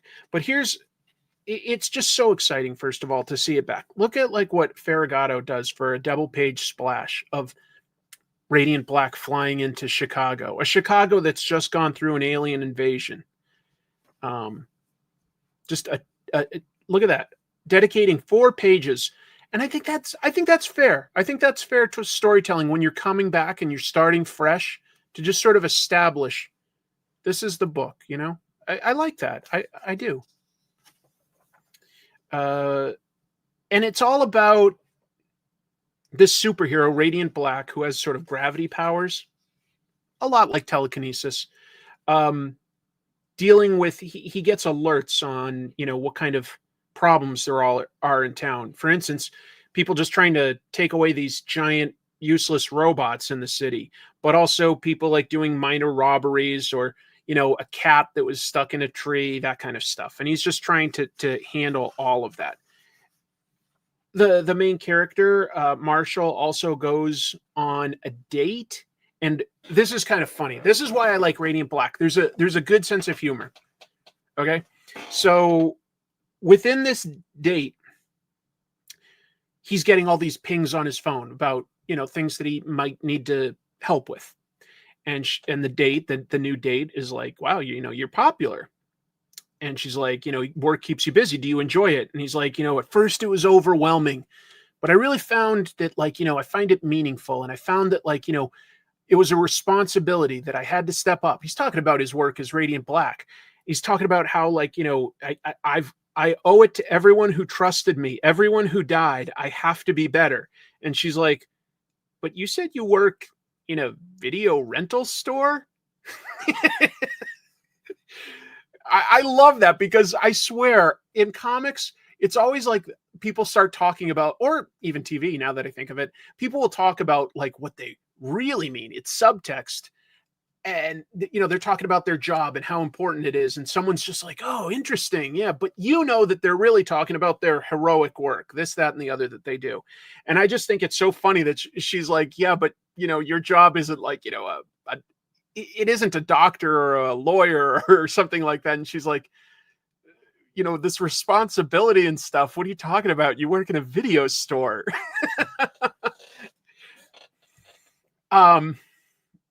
What's funny about that is, yeah, the cat in the tree thing is the lady isn't grateful. She's like, I called for human police. She thinks that he's like an alien. She's like, if you think I'm paying some alien communist, not an alien and not how communism works. But it does lead to a really cool mystery involving people that are getting killed off, people that seem to be duplicates of other people. So there's a cool mystery that's starting off here, but we get a good blend of real life sort of melodrama and superheroing, which reminds me a lot of, say, classic Spider-Man or something like that. But it's definitely for today. There's lots of talk of apps and things like that. Current attitudes in society. It's good. I recommend it. What else came out? I was mentioning this earlier. Ultimate X-Men 12 is really cool. Peach Momoko does really detailed paintings for her covers. And then, of course, just by virtue of the time involved, the interiors have a slightly different style. It's a little more open and loose. It's still painted. It's got some amazing colors. It's got some great character design, but is a little looser. But this issue just has a lot more detail and excitement. This is sort of a really cool example. I'm trying to cover up the ad just so that you can focus on this art. Remember, Peach has not been making interiors for comics that long. She's done covers a bunch, but that's a very different skill set, capturing the eye with one vibrant image that gives you an idea of the tone of a story or the concepts or the characters. Panel-to-panel storytelling is very different. And this involves one of the teen superheroes called Maystorm. Superhero might be overstating it, but she's got powers, going up against Shadow King. And I feel like this panel-to-panel storytelling is very engaging and very clear. And I'm just so impressed that, again, this is issue 12. This is issue 12, but Peach can already lay out a page like this that really draws the eye through, and you get all the information you need in a very coherent but exciting method. These poses and the hands are so well done. she's like whipping up a windstorm. And I just feel like, yeah, I'm seeing the thrust of that. The idea of just how well it reads left to right is impressive. Peach never made manga that reads right to left, but she would have grown up being exposed to that, right? So to be able to be a storyteller that can like have the action flow so well in, you know, the Z pattern is very impressive work. Very expressive characters. But one of the pages I really liked, some of this is so dynamic. These ads sort of distract when I'm trying to show 2 pages. But I loved, and I'm not going to spoil everything. I just like this idea of sort of a demonic entity attacking the main character, Shisako. I felt like that was very, very detailed, like for the face and stuff, for doing a fully watercolored page. You know, she does all the art. It isn't like she's got assistants or she just does pencils or something. You know, she's doing like storyboards in pencil, then laying down inks and watercolors. It's a lot. It's a lot. I thought that this issue didn't just advance the story, but featured some of the best artwork that she's done yet. It's really nice. I thought it was supremely engaging. I use that word a lot, but it means something to me. Who's this cover by, actually? Is this... There were a bunch of variant covers. I didn't pay attention to who did what. Look at the cover for next month.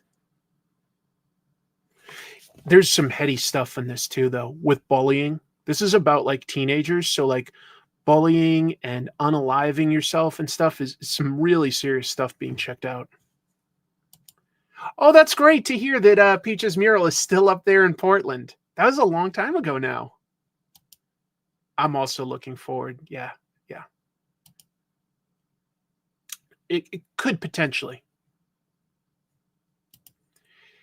I would say the ads are a little less distracting in person. I'm able to filter them out, but yeah, at the same time, you know, I get it. It's valuable real estate. It's just that like they're all house ads. You know, I grew up with ads being a thing, but like they would advertise for toys and video games and you know, mail away things. They're all house ads now. It's just the environment we're in. I'm going to talk about this a lot. So yeah. Oh, I mean, I know you say that Peach is still learning, and that's great. I think we all should be on a learning journey. What's impressive to me is how quickly she really learned how to do things in a very extremely high level of competence. It's not just artistic. There's a technical ability that comic book artists and writers and other technicians will learn. And it's very impressive to me how quickly Peach has adapted to telling sequential storytelling inside the pages. I really like it. I really like it a lot. Yes, I miss the days of Hostess cakes. I've got a lot to say about this one, so I'm going to temporarily set it aside.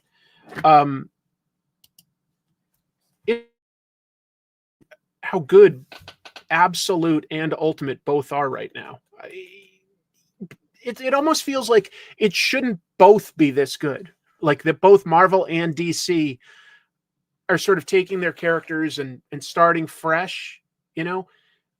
But I like these books a lot, sincerely. Ultimate X-Men is the only superhero book that your niece reads. But you know what? It's cool because it isn't just one thing. Yeah, there's some superhero stuff to it, but there's also the teen drama.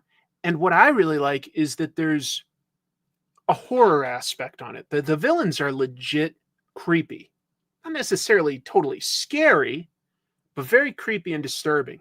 And then on top of that, since it's set in Japan with a lot of Japanese cast members and it's by a Japanese creator, you're definitely getting a different point of view than most of the stuff from Marvel and DC. And I like that. You get a different point of view. Oh yeah, I've got her Marvel Nightmare book too. Where is that? I thought I had it here. Oh yeah, here it is. This came out in Italy, folks, but it's gorgeous. It's the Marvel Nightmare art of Peach Momoko. So if you can find, a bookstore that lets you order Italian books, I talked about this a few episodes ago. It's all got her sort of original layouts and then the finished pieces for a wide variety of characters. And they've got it sort of broken up by types of characters. She's a really nice painter. I recommend this book if you can find it. The Marvel Nightmare Art of Peach Momoko. Very nice. Again, Italian. All right, let me talk a little about Ultimate Spider-Man.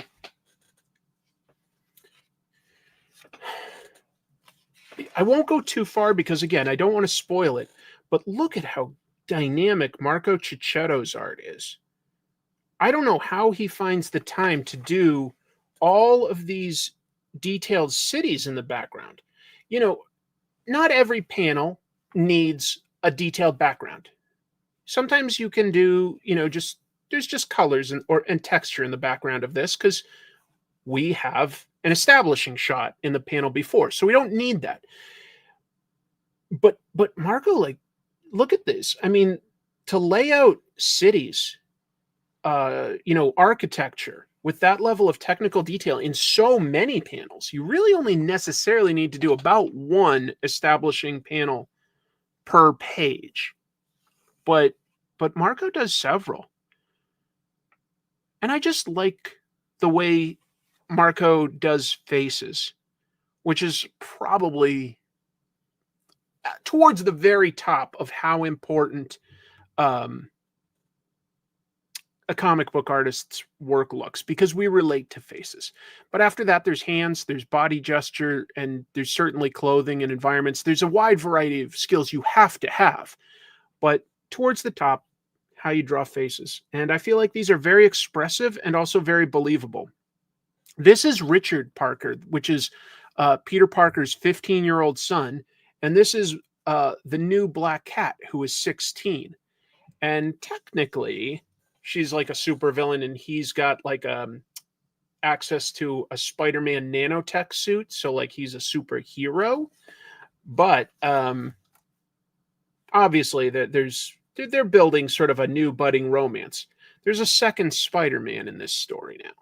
He hasn't really been going out and doing stuff. He's just sort of he's just training, but it's a cool idea. Oh, okay, Spider-Man's son could also potentially become Spider-Man. And then we get Spider-Man and his best friend Harry Osborn have been trapped in the Savage Land, okay? The Savage Land, and they're being hunted by Kraven. That's all you need to know about this. Obviously, the art, really engaging. That catches your eye, right? When you look at this page, this dinosaur, Marco devotes the most space to that. It's the establishing shot, but it's the most dynamic one. I'll just open to a random page without looking. This is a dialogue scene, so it's more important to focus on just sort of one static image, and we can sort of watch the sunset. Very minimal changes panel to panel with looking at each other. Don't want to distract too much from important dialogue. It has to be engaging enough that you're not wanting to turn the page right away. But you don't want to distract. But we're talking about panel to panel storytelling, and I feel like everything in this, they're in a forest. You could easily either go too busy or too limited with the backgrounds, but it would be very hard to know how they are related to each other spatially. Could be. Have I done an episode specifically about the Punisher? No, I've talked about Mike Zeck, who did a lot of art for the Punisher. I talked about What If and one of the Punisher stories within it, but I haven't really done specifically the Punisher. warm on one side, green sharp for the other. Great observation. And so, like, let's look up the colorist for this, because that's a choice that the colorist was able to implement. Of course, you know, the artwork had to support it. Oh, they must put the credits in the back. Always used to be the first page, but now it's to the back. Colors. Oh, Matthew Wilson. Sure. One of the best. Often nominated for Eisners. Great decisions. Just to set like a totally different environment. Plus, look, there's a little bit of a romance brewing. You go with like the warm colors.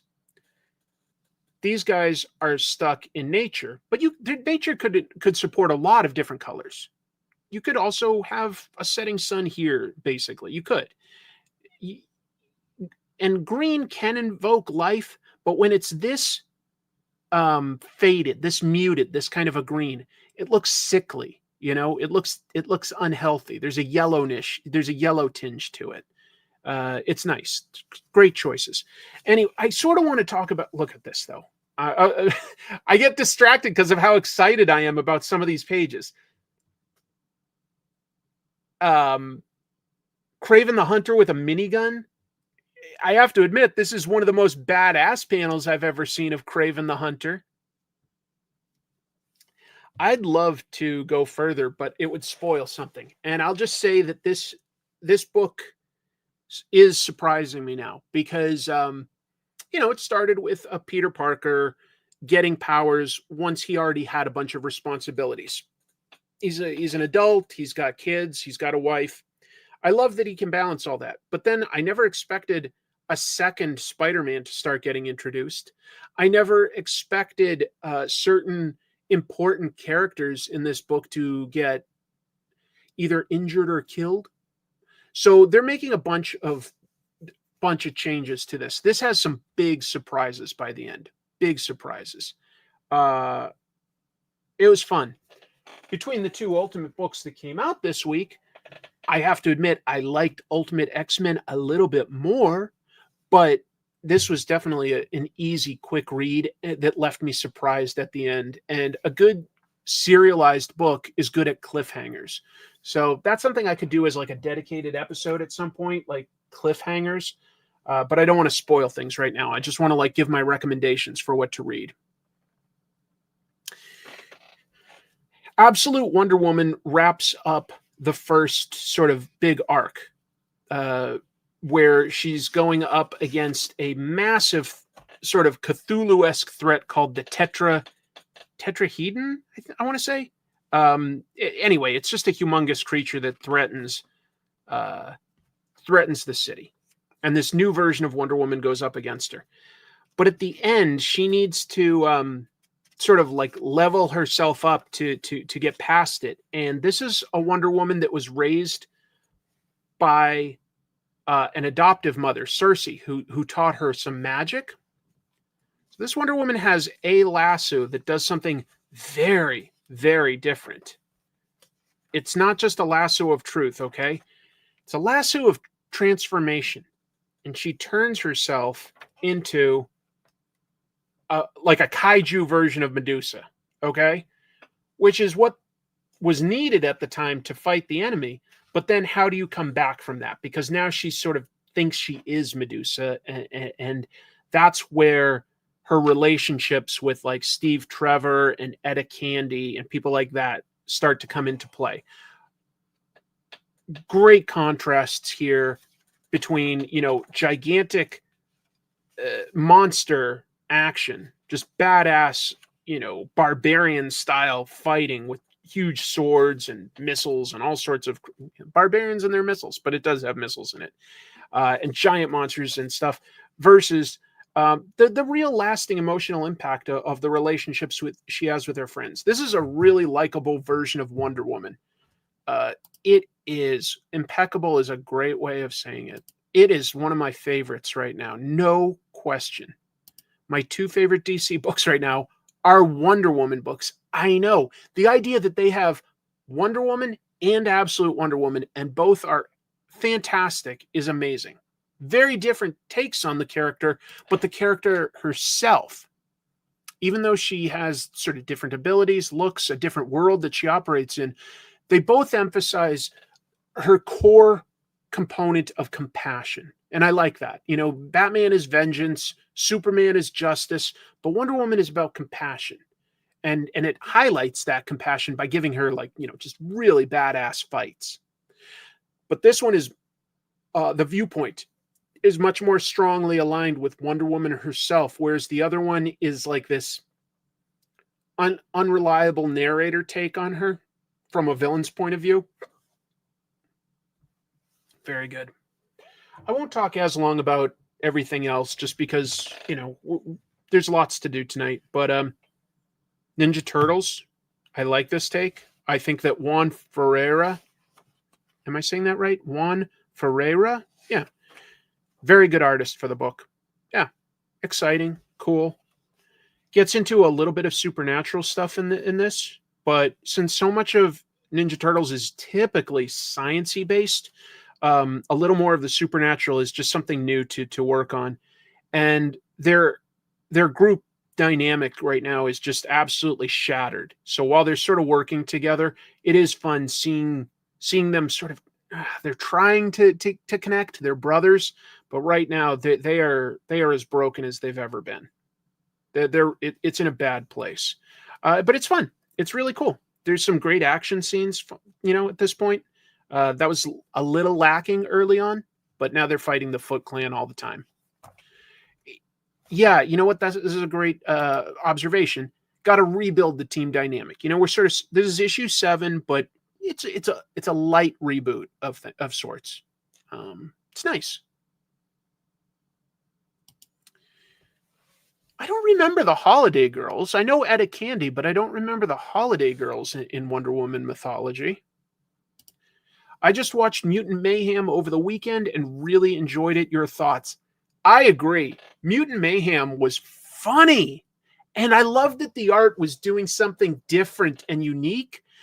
But one of the things I liked most about Teenage Mutant Ninja Turtles Mutant Mayhem was the fact that they cast actual young actors, teenagers, as the characters and seemingly let them riff a bit, because the way they sort of talk over each other and yap really fast, it's something that comes naturally to a young boy that anyone else is sort of acting. But there's an honesty to the performances, is I guess what I'm getting at. It's really funny hearing them like get all excited and joke around with them. I like that take quite a bit. I like it a lot. Yeah, I did. Yeah, it's great. Were they? I don't remember that, Kevin. Sorry. Yeah, I like that. It was emphasizing something that was different. But, you know, if we look at, say, those Michael Bay produced live action Ninja Turtles movies, those guys were teenagers. They were the size of the Incredible Hulk. And they were just like, you know, like punching and throwing cars and stuff like that. It was the second one was kind of fun, but they were just like immature men. They weren't teenagers. It was so crazy. There have been so many great takes on the Ninja Turtles over time. I love that it's versatile enough that it can support so many different takes. I'm a big fan of the Nickelodeon like CG animated one, the computer animated one. That was a really nice take on the material. Fantastic Four, look, I tell you every month, it's one of my favorite books. This is no exception. It's a single one and done issue. This time, the Fantastic Four, the problem that they have to solve is ever since the Blood Hunt event, vampires exist, and even during the daylight, and they're not totally crazy until they get really, really hungry. Dr. Doom has taken over the world in the comics. We can't have the Fantastic Four necessarily just go right up against Dr. Doom, because that's like an event, right? But the heroes attack a pillar that Dr. Doom has used to get popular. He's demonized vampires, which sounds fair enough, until you realize that these vampires are treated more like just like second-class citizens. they're sane, they're not attacking people, and they're living kind of like homeless vagrants sometimes until they get too hungry. And we specifically see that viewpoint through 2 orphaned children vampires. So that's pretty hard to just want like somebody to stake little kids.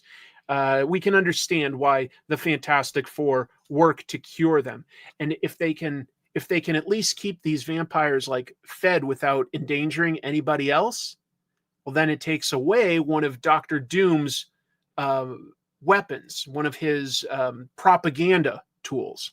So it's a great little mystery that's like one and done, but it's really fun. The White Wolf rules vampires. I've never read or played the White Wolf game, I guess. Tokyo Ghoul. Okay, so I guess this idea for sort of day walking, somewhat normal vampires that can integrate with society and just have their own issue. My main issue with the new Fantastic Four. Look at She-Hulk on the cover, and then in the issue, where are her muscles? Look at her massive arms. I want snoo. Well, I've got a variant cover, so that doesn't help us. I feel like the Corey Smith, I think, is the guest artist this week, and I feel like he draws her pretty big. In fact, I know that there's scenes where they're, but I don't know the cover you're talking about. I thought that there was a thing where all 3 of the characters highlighted in this issue were standing side by side, and you got to see their different body types. Yeah, there it is. There it is. This panel here. I like this. You know, Ben Grimm is technically a notch higher than Sue Storm, but he's not the tallest big, strong guy. And then Jen Walters is definitely, you know, like 7 feet or something. Yeah, She-Hulk is like, you know, superhero strong. She doesn't like have the totally ripped body. She's just like tall, but the gamma enhanced muscles.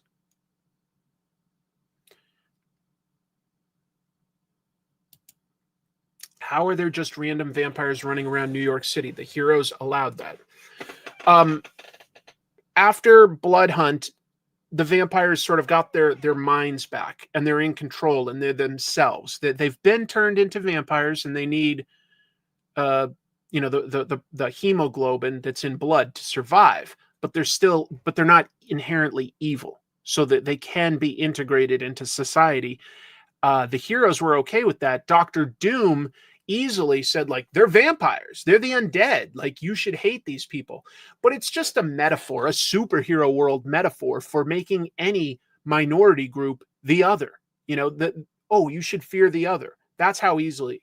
So I thought it was actually pretty well done using a vampire in that regard. Is Corey the regular artist? I'd be fine with that.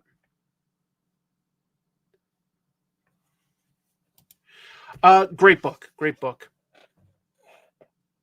Black Canary Best of the Best is just a cool take on the material. She's in a pay-per-view fight against Lady Shiva, but it flashes back each round. Each issue is one of the rounds in the fight, and each issue shows her training with somebody important to her. You know, it's been like her mom, Ted Grant, Wildcat. In this issue, a really young Oliver Queen, the Green Arrow, and shows like the beginning of their relationship. So each of these issues tells you a little something important about Dinah, but it always keeps cutting back to these absolutely brutal fights. The only way to win is for somebody to submit. Like, there's no knockout or tap out or anything like that. You'd have to just say, I surrender. So it's absolutely, it's great. It's great. Ryan Sook is a very good artist. The only thing that doesn't ring 100% true to me, but it isn't bad, is this.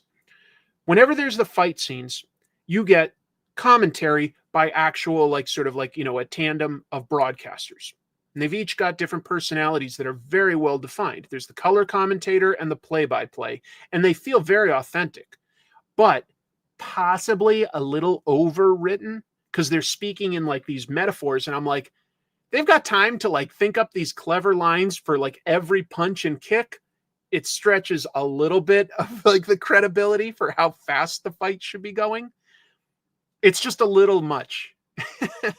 It's such a weird complaint because I do like the things that they're saying and what it adds to the commentary on a fight. It would honestly be kind of boring without the commentary. It's nice. It's nice. I don't know if Richard Dragon will show up as a trainer or not, but yeah. My oh my and apple pie. That's what the sort of color commentator guy's recurring catchphrase is. Moon Knight has 2 vampires on his team. They have been non-evil characters long before Blood Hunt.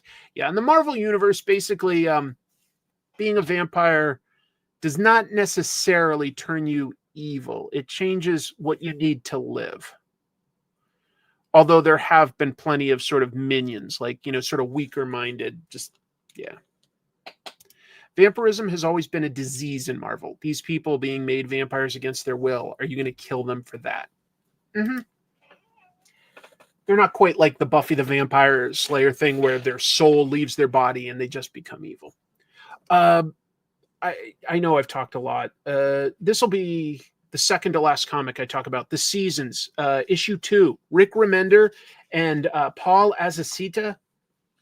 We get to meet more characters. Last month, in issue 1, we met Spring Seasons, but she's got 3 other sisters. And you might be able to guess that, yes, their names are Summer, Autumn, and Winter. This issue introduces the other 3 sisters, very different personality types, goes into their world a little, which is sort of a vaguely European fantasy world. But you know what I like about this? It really reminds me of something like Miyazaki. Specifically, it reminds me a lot of Kiki's Delivery Service, just in sort of its tone and its whimsy. But it also has some really well-defined, very different characters. And you can sort of get a sense of how different this family gets along. And there's an underlying mystery of how their parents mysteriously died. So there's an underlying mystery, and there's an evil carnival. Loved it. I also loved it. It's one of my favorite things Rick has done in a while. Although I do love Grommets. Grommets is really high up there too. Thoughts on Saga? I feel like it hasn't been good since it came back. I think it's still good. Yeah, I think it's interesting. It moves at a good pace. I think it would probably read exceptionally well in trade paperback or omnibus format. Oh, As a Seed is always good, man. Always good. Let me talk in detail about one last comic that I picked up, or that came to me, I should say, this week. Harry Partridge, well known as an animator. He did the animation for Comic Tropes. If you watch my sort of main review show or analysis show, whatever you want to call it, that animated opening is by Harry. And he was an early supporter of my show. He's got a good following thanks to his, exceptional animation. He's always been supportive. I love Starbarians. I think it's hilarious and badass. But how would his work translate into a comic book? Well exceeded my expectations. Well exceeded them. This book, if you've never seen his animations, you can just jump in, okay? It gives you everything you need to know about these characters. They're 2 big, dumb, strong guys. Although I say that, and this guy, Hogstrong, is definitely the more reasonable and smarter of the 2. He's actually pretty level-headed guy. Kilgar is an absolute idiot and just loves fighting. But he's pretty much indestructible. So Hogstrong knows that he's got potential to be great if he's just sort of aimed in the right direction. And that's mostly what they do. They're bounty hunters, but Hogstrong tries to aim him in the right way. This introduces some beautiful lore explaining Kilgar's origins as sort of like the last survivor of an alien race, but in a very unique and important way that pays off by the end. There's also some like early action scenes with really wild characters that also comes back and pays off. Everything in this book is set up and paid off. So well structured. You could even really break this down into thirds with like, you know, the first third introducing characters, second, like more than a third, the ups and downs of their adventure, and finally, like this incredible final battle that I won't quite get to. But it's got several things going for it, okay? First of all, super, super funny. At one point, Kilgar gets thrown to like this planet and is just getting sucked by this huge monster. And Hogstrong's trying to tell him that like all this creature does is it sucks people dry like a leech. But since Kilgar's indestructible, he's getting sucked in a different way that he does not mind, and he declares that they are married, even though this is like, you know, an not able to talk, like it's just an animal, a beast. So also pretty darn good. Pretty darn good is underselling it, folks. I think the art in this is fantastic. I really do. Every single panel has everything you need. It has great backgrounds. It has super expressive characters. Here are some of the advantages, I think, of being an animator. When you're an animator, you know, every drawing needs to count because it's taking you a lot of time. And one of the core rules of animation is that a character needs to act with purpose, right? They have to be doing something very specific, and you want it to read very easily. You know, if they're throwing something, they're not just, you know, tossing it. They're really winding up and curving and the follow through. You know, you really have to think of a good angle for that to make it pop and make it have impact. That definitely carries over so that every panel here has purpose. If somebody's in the foreground or if there's a low angle shot, it's to tell us something specific about the story, okay? Very specific. Everything here is thought through on a meticulous nature. The action is always exciting.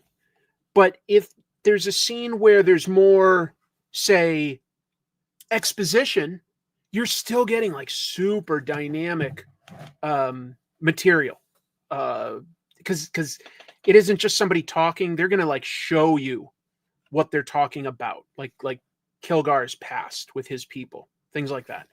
The character design, I mean, look at that. Like it reads so quickly. Like, okay, this is obviously a meek and beset upon little alien race, and this is like a monstrous, super, you know, self-serving, powerful guy. It just reads really, really well, you know? Now, oh my God, yeah. Look, so it's cartoony, but it's cartoony in a very consistent and beautiful way. Here are some of the areas where drawing or making cartoons, making animation, changes some of the way of how you think. I was saying how everything is very justified and expressive. Like, look, like when Kilgar talks about like, you know, something that like amuses him, he's, you know, as daydreamy and into himself as possible. He's it's me. You know, it's so expressive. It should remind you of the Tech Caveman. But there's a couple things that are unique, okay? A lot of pages are very traditionally blocked out into panels. Great. Read super. I never had a problem reading any of this. But sometimes, you know, when there's more action, there are choices that like, well, this is actually a really good example of like using negative space between panels. So that I'm trying to think. Here's one where, okay, like here's a panel breaking two panel borders, and down here there's a character slightly breaking panel borders. There are some pages where they break panel borders a lot. Harry. And I would just say that like a little goes a long way, Harry. He's coming up with like the most dynamic ideas possible. And if you show that, on just a screen with motion, that's one thing. But if you start having it break panel borders, it messes very slightly with the storytelling. Sometimes it just takes you right into what's important on the next panel. This is a swing of an axe, takes you right to the action on the second panel. Very good storytelling. But there are some pages where there's just a lot more of that than I would say is necessary. I will also say that I consider that a minor nitpick, but there's obviously like a bunch of panel breaking going on. And at first glance, too many of those can really draw you a little bit out of the story, just a little bit, like because you do one every few pages, that's dynamic, guides your eye to something. You do a few too many, it starts making the storytelling of like what kind of time is passing panel to panel a little more murky, a little. Here's the only other thing that I have as a nitpick, and again, it really is a nitpick, but like I think that this is a very good page here, folks. Okay, this is a page where Hogstrong is ziplining down into a cave. So we've got like, the establishing shot of the device he's using gripping the cliff. He's lowering. We've got a close-up on him just in a nebulous black void. That's very effective. And then we've got this great sort of establishing shot with tiny little Hogstrongs making his way down. And that actually helps us read in the proper format. But as you can see, some of this action is really close to the crease of the book, right? Because this is a thick-ass book. Harry made a masterpiece here. It's a thick book. But sometimes, like the dialogue or something, might get a little lost in the crease. And here's why I think that happened. When Harry draws a cartoon, he's used to being able to use the entire screen. It's okay if something moves to the very edge of the borders that you're working with. That's your fair game to play with when you're doing an animation on a screen. It's a little different for comics because we've got what's called bleed, which is like going right off the page, the art going like right off the page, and we've got trim. Trim accounts for sort of like, a little bit of cutting, but also like the area in a crease on a big book like this. And I think that Harry just didn't have the experience to necessarily know that this is like a somewhat less safe zone to have important information on. Okay. Yeah, I see what you're saying. I think it's just a first-time comic book creator, like not necessarily considering the safe area to put something in, but it's very minor. It's very minor. Yes, exactly. If a comic book was created, like this, and you've got like all the way to the staple, you can easily read it. But like if the artist was drawing without a trim area, and then that was collected into a thick trade paperback, you might lose something in that crease area. And I would just say that like, you don't lose anything too important. I never had a hard time reading this comic. I had a great, enjoyable time, but it would just be something I'd say maybe could be done a little better, is having just a little more of that trim zone area. I don't think he'd argue with me on that. I don't know. Like I say, all I've got, I would call that a nitpick. Okay. That is nothing that breaks the enjoyable experience of this. What impressed me the most about this was not just that every panel had great artwork, not that like it has great jokes. I knew that he was a good artist. I know that he's funny. I like his sense of humor. What impressed me is that there was such a deliberate, careful way of doling out information about this world and about the characters, and that things that were set up in the first act could get paid off in the third act without you knowing it, because you thought that they were just doing a scene maybe to be funny and establish the heroes or the environment. No, they were establishing more than that. And I keep saying they, it's basically Harry. Although, to be clear, he did get color help from his wife, Joyce, and I don't know Ben Sawyer. I don't know if that's a friend or if he hired him. But yeah, this is Written, illustrated, lettered. He did some of the colors. This is a brilliant comic, folks. And what I've been doing now is choosing my book of the week on comic tropes. Well, this week, Starbarian Tales by Harry Partridge is easily my book of the week. You can still get this on Indiegogo. Harry printed a certain number of copies, probably not too many more than people pledged, but he does have some more. So if you look up on Indiegogo, Starbarian Tales, there is still a page to order more copies. And I strongly recommend it. It was so funny, so exciting, and just a super smooth read from beginning to end. Harry has said he definitely wants to make more comics. He's back to doing animation. I think that there's going to be a Starbarians this month, possibly like a short this month, and then a full like 5-minute animation next month, something like that. He's got some ideas for maybe another famous character he's got is Dr. Bees, which is a bit of a parody of sort of Silver Age superheroes. And he's talked about maybe wanting to do Dr. Bees as a comic. But I know he also has a horror movie idea that he did like an animated trailer for, but he wants to do his live action.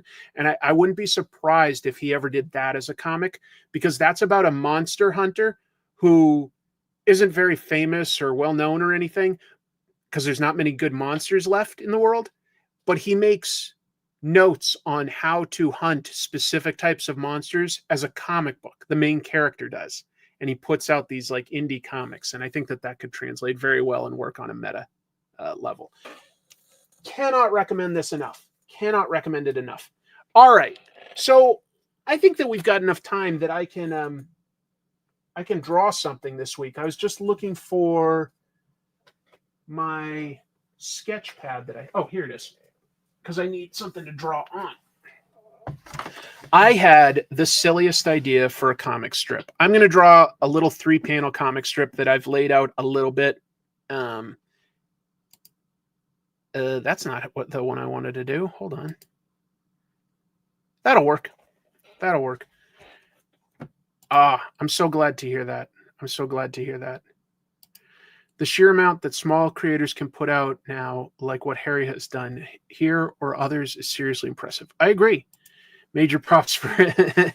The 8-hour shift was especially tough because I had work like about 5 or 6 hours after I ended. So I had a splitting migraine at work the next day. Anyway, so I've got a silly little comic strip that I've made here. I'll read it to you so that it makes a little more sense. Batman pointing at the Riddler. "You've gone too far, Riddler." "Ah, but you've used all your gadgets, Batman." "Not quite. I keep a bat in my trunk for punks like you." And then a little bat flies out and flies away. Because it's not a baseball bat. It's a bat. I don't know if that's that funny, but it's funny to me, and I'm going to draw it. I'm going to draw it real quick and cartoony-like. I'm going to take off my glasses so that I can focus.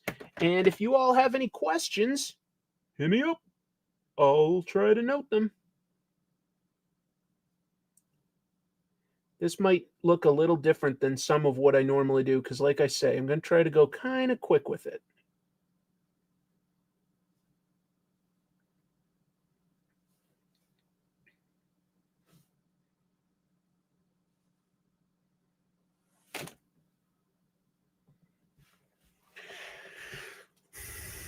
That's funny. Good. Has there ever been a bat? I don't know. Make sure you're taking your 2 15-minute breaks and a half-hour lunch break on your next 8-hour shift. Right. Did you see there's a video about Beneath the Trees Where Nobody Sees that's making the rounds? I don't know what that video is now. Alfred's going to be mad if Batman doesn't bring that back. Exactly. Alfred probably was responsible for putting that in the trunk of the car.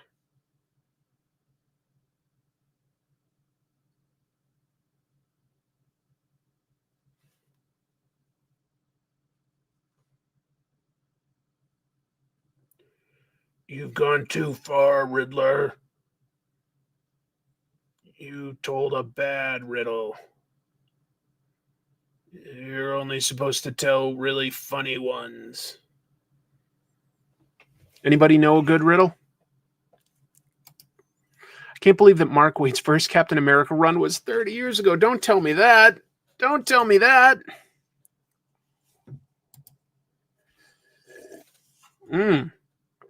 Golfy. I read the first issue of that, but never got around to getting the rest. Very interesting start. Oh, Beneath the Trees Where Nobody Sees? It's good. It's real good. Mm-hmm.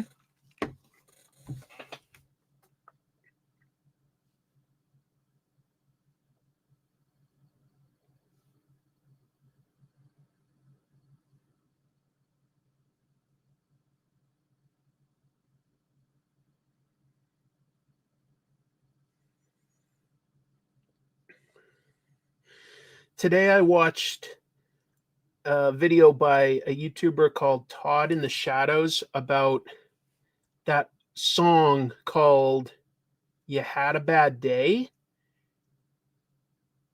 And it has been stuck in my damned head all day. So in a way, damn you, Todd, although it was an interesting bit of history. Like that, I don't know if I've ever heard of a one-hit wonder as one-hitty as that guy. Like nothing else even close to charting. Because you had a bad day. Ugh. It's not the worst thing I've ever heard, but it is not something I really like. And it is an earworm. Oh, I'm so cruel. I'm so cruel. I'm the meanest. I think Come On Eileen was on the Brit chart for years. I love the song Come On Eileen, Jay. Dexy's Midnight Runners, which is just a crazy name if you look up the history of that. But I love that song. I think that that's a good song. I like Todd's videos. He does good analysis. And he's kind of funny, yeah. Not only did the Wonder Woman game get canceled, but the Studio Monolith Games got shut down. Oh, I didn't know about that. Definitely. Although it's funny, you know, we call them one-hit wonders here, and typically when it's like a band from somewhere in, you know, Europe or something like that, they usually have a few more hits back home, or at least something that gets onto the top 100. And I know Dexy's Midnight Runners did have some more success back in England, but yeah, definitely a one-hit wonder here. But what is it called? Like, You Had a Bad Day by David Powder. He never had anything even close to a hit after that single one. Because you had a bad day. You had a bad day. What should I sing instead? It has to be something I'd know. I can't sing. What am I saying? You all know I can't sing. But obviously, I do enjoy doing karaoke with friends.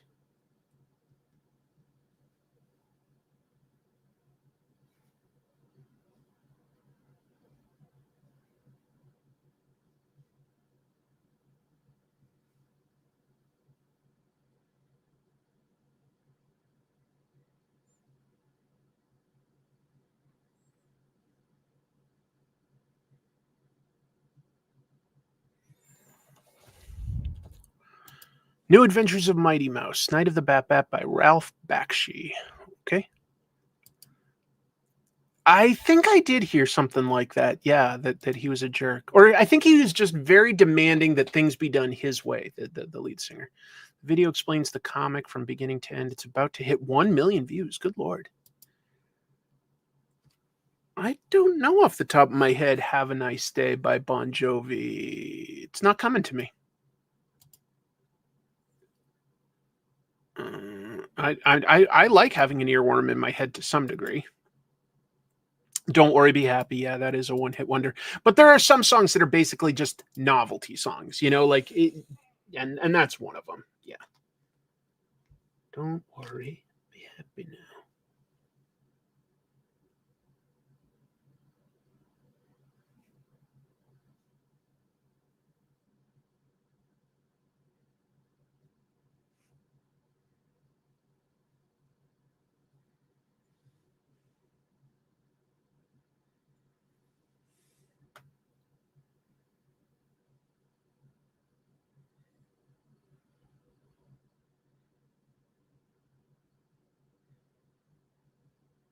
Just jumping around on the art here, trying to find areas that interest me, and we'll see where it goes, whether I can draw faster than typical, and if it makes any sense by the end.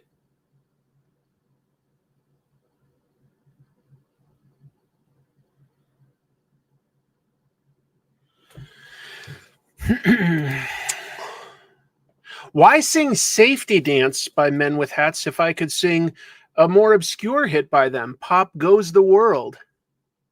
1, 2, 3, and 4 makes 5. Come on, everybody, be a friend of mine. I don't know if that's even right. Life is a highway. I will ride it all night long. If you're going my way, I will ride you all night long.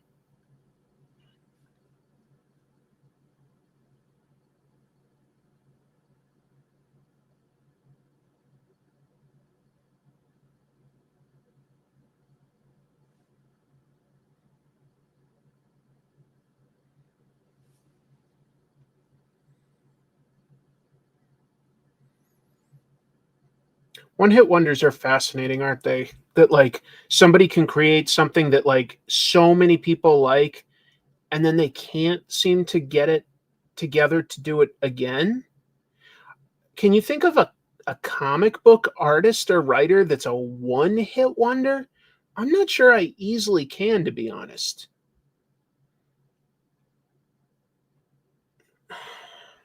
I mean, maybe you could argue something like The Crow by James O'Barr, but that feels like it's really putting him, selling him short in terms of what he created. I don't know.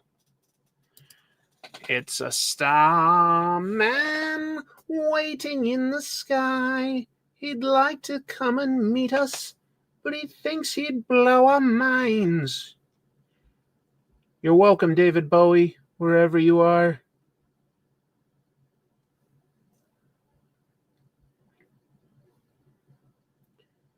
He's going to find a way to come down and beat me for that.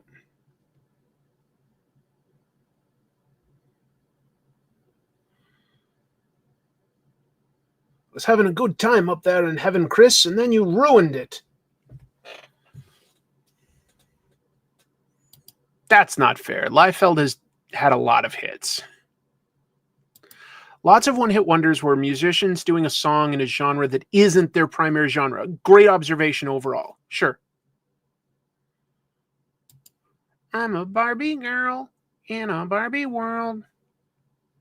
Yeah, lots of actually, there's a bunch of like sort of club hits, European club hits that were sort of like one hit wonders by people that were never really designed to support ongoing songs. It's just interesting though that like people can still make a song like that it's so integrated in our cultural psyche.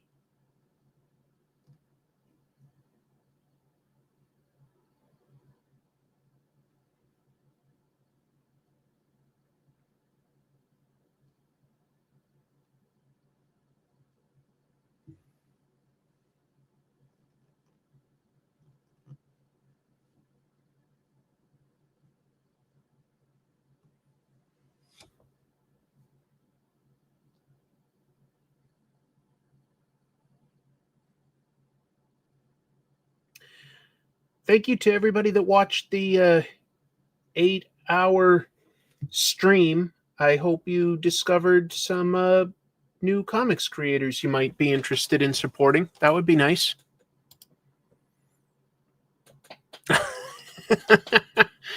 Oh my goodness. Let's see. Sci-fi writer Larry Niven wrote Gambit's Tale, a pretty important story than nothing else in comics. Fair observation, although obviously had a lot more success as a writer still, right? But I understand what you mean. But that's also somebody that's sort of dipping their toe in to comics and probably could have created more. It's a little different than somebody that wants to create more. I'm blue, abu-dee, abu-da. Vic Bridges, the artist of Freak Force, was kind of a one-hit wonder. I don't know. Maybe. I have to admit, like off the top of my head, I can't remember who that is. So maybe it's an interesting argument to make.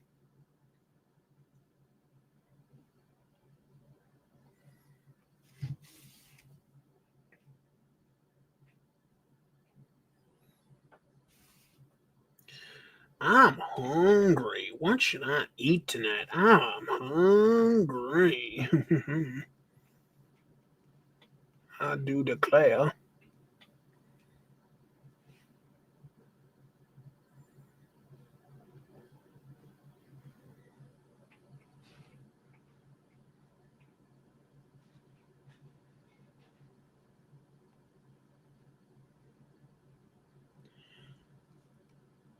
This is like a sloppy little cartoon, but it is kind of fun to draw faster than typical.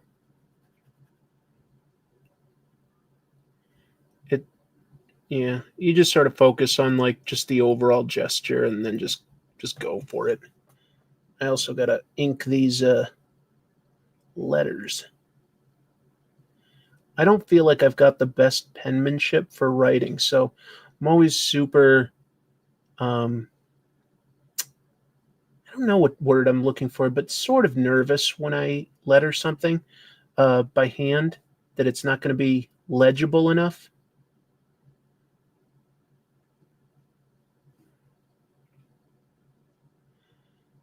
You've gone too far, Rizzler.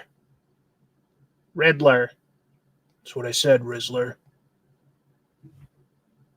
I see what you're doing, Batman, and it won't work. You won't antagonize me that easily. Whatever you say, Rizzler. I said it's not going to work. One piece could fill an entire library. That's hard to like say that somebody that's created something that long is a one hit wonder. And now that you say that, like it reminds me, I think we've had this conversation before, and that we may have talked about some people that, like, and I'm like, if you've done a comic that's like gone for years and years, and that's like the only thing you're known for, I'm like, but that I don't know how you define that as a one hit wonder. Because like if you're successful for years on end and you're just telling one big story, that's not a one hit wonder to me. So I don't think it translates. I guess I don't think one hit wonder as a concept quite translates to what comics are. Not in the same way that like that music does.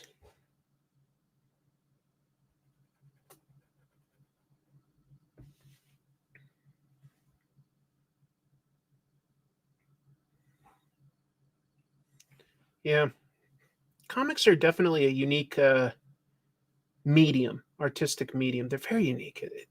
They just don't work the same way that other things do.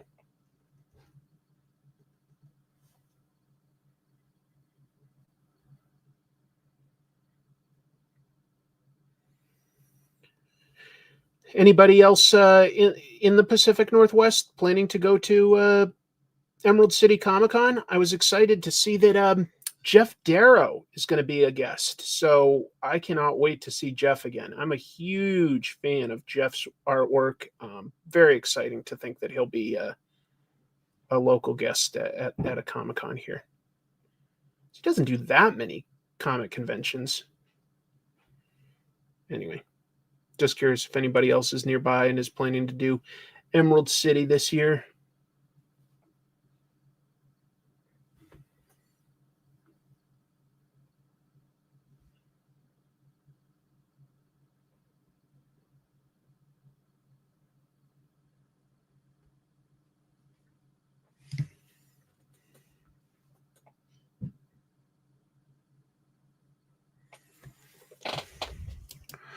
Let's see. I'm going to Spookala in Florida in April. Cast of Daredevil will be there. That's fun.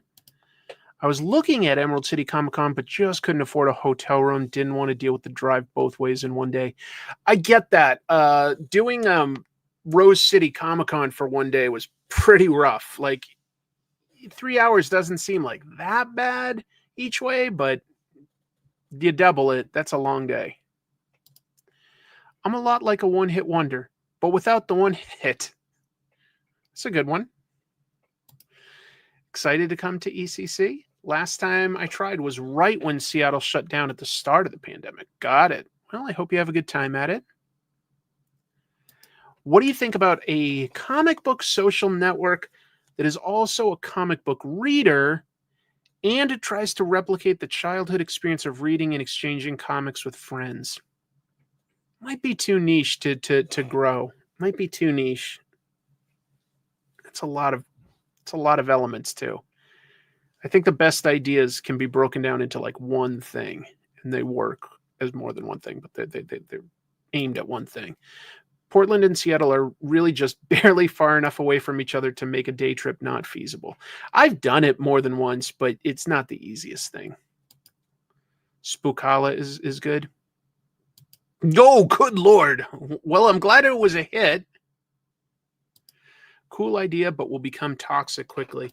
Potentially, yeah. And that's more, I think, a product of it being online than anything else. You know, there's lots of great comic book fans, but there's other people that it's not even that they're like comic book fans. It's just that, like, yeah, there's lots of people that don't treat others with respect when they're online.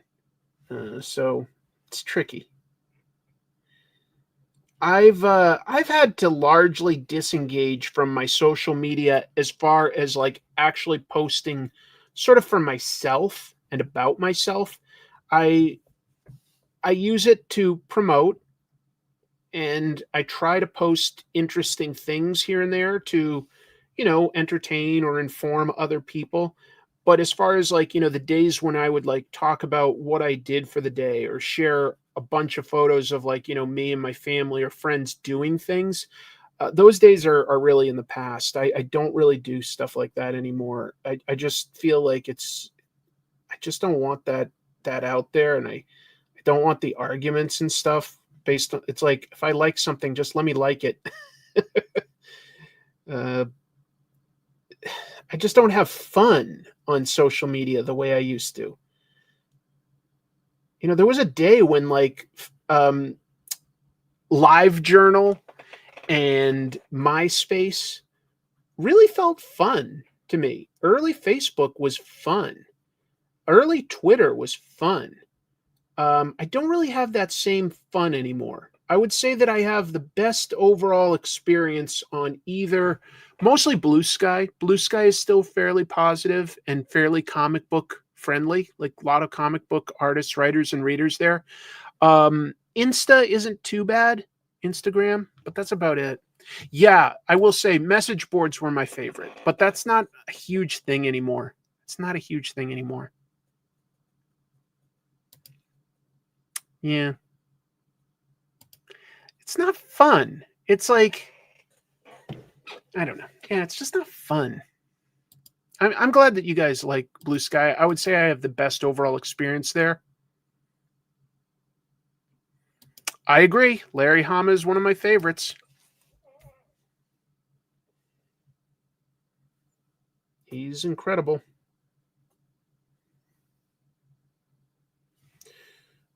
Do. Sorry, everybody. I should never have thought of that song.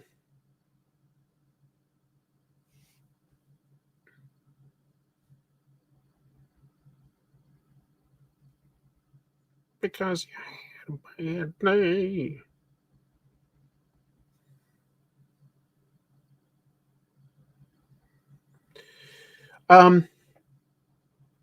Lately I've been really nostalgic for my hometown in Massachusetts and also Boston in general. Like which isn't my hometown, but this is the biggest city, and it's not too far from where I grew up, and I lived there for a while. And yeah, I've just been really nostalgic for Massachusetts, and I don't know if that's just sort of every once in a while you get some childhood nostalgia, or if I just need to go back or something.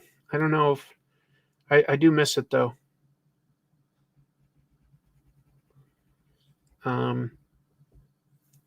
Where are some of your favorite places in the world?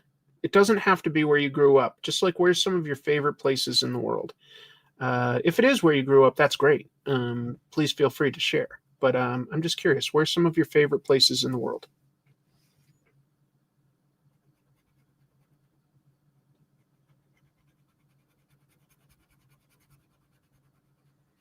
Could be a favorite place that you visited or want to visit for some reason. Because I'll also say, love Japan. Love everything I've done there. I think I'd be very happy living in a town like Osaka. Who knows? Maybe someday, but probably not. It's probably too expensive to move there.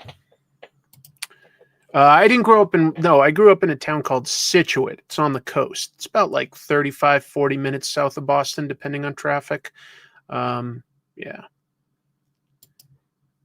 Oh, yeah, thanks. I did that big episode on the Ryoichi Ikegami Spider-Man manga. Just totally different experience, in my opinion, than any American Spider-Man comics. I think that Ikegami lost interest in the superhero aspect within like 4 or 5 stories. Take a trip and you'll remember why you left. That's nice. Disney World. I like Disney. I probably would get burned out if I went regularly, but I do like Disney. Too poor to travel. Hey, that's fine. Chigasaki, Kanagawa. Kanagawa, yeah. Oakland. Right on. I wasn't expecting that. Chrissy wants to go to Montreal. I'd go. Chicago's cool. Chicago's really cool. Great comedy culture. That's important to me. I love improv and stand-up, but I'm also very nitpicky about what I like. I'm nitpicky. I'm flat out a judgmental jerk when it comes to comedy. But some of my favorite cities are places that have good comedy. Barsoom and Mongo are great places to visit. Well, I've never been either there. Thank you for visiting. Yes. How did you not name it or thumbnail it Spider Manga? Just because I didn't think people were looking for that term. I thought about it, but I didn't think people would specifically look for that term, and you have to think of what people will look for. I still need to go to Scotland. I would really love that. What? Oh my goodness.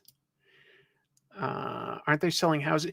Okay, so you can theoretically, first of all, buy some houses very affordably in Japan, but that's because the deeply rural areas are shrinking very quickly, and so you will be in a very rural area, and therefore your Japanese is going to need to be pretty darn good, just to be clear.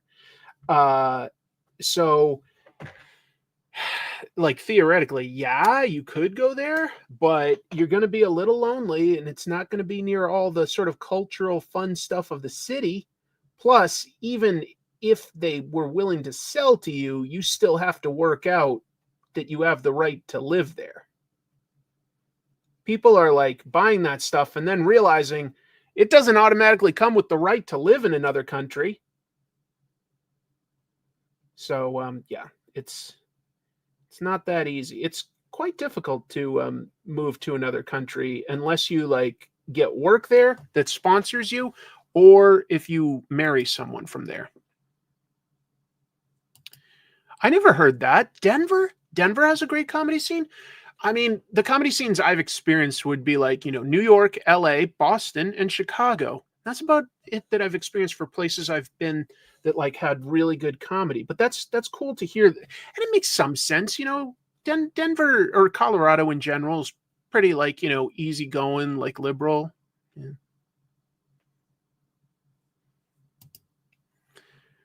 They're also very neglected houses. So yeah, you're going to have to pay to renovate them. Great point.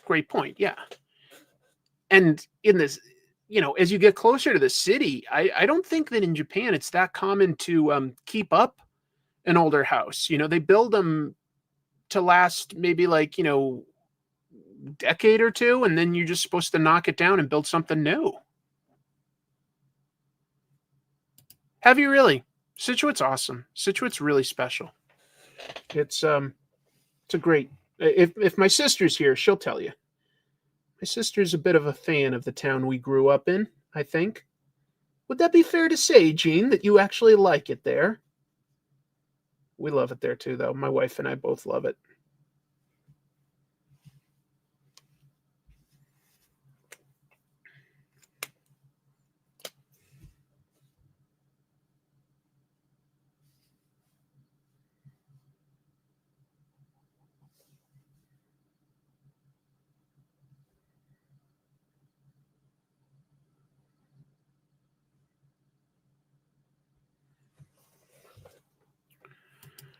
I have been to Scotland. I'd love to go to Scotland. I'd love, just so that I could say that I did it, I'd love to play golf in Scotland. I mean, it's where it was created, and I do like golf. I'm not a good golfer, but I do like golf. And I think that that would be really fun to just be able to say that I did it. That would mean something to me.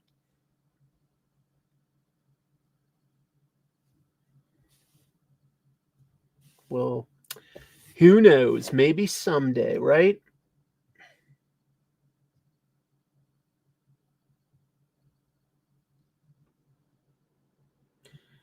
Who knows?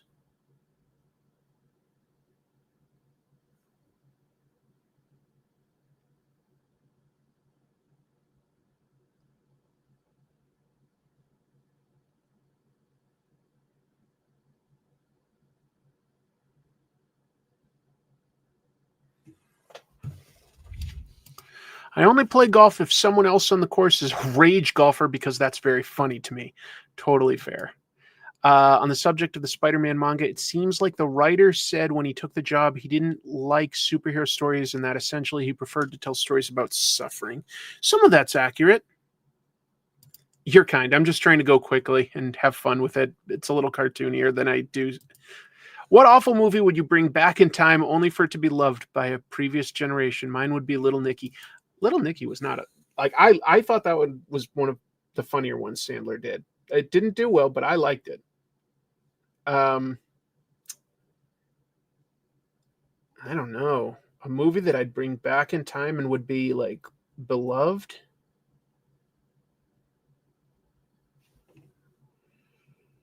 I'll bring Casablanca back to 1876.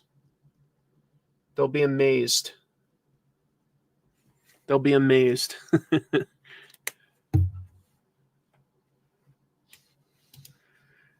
Oh wow.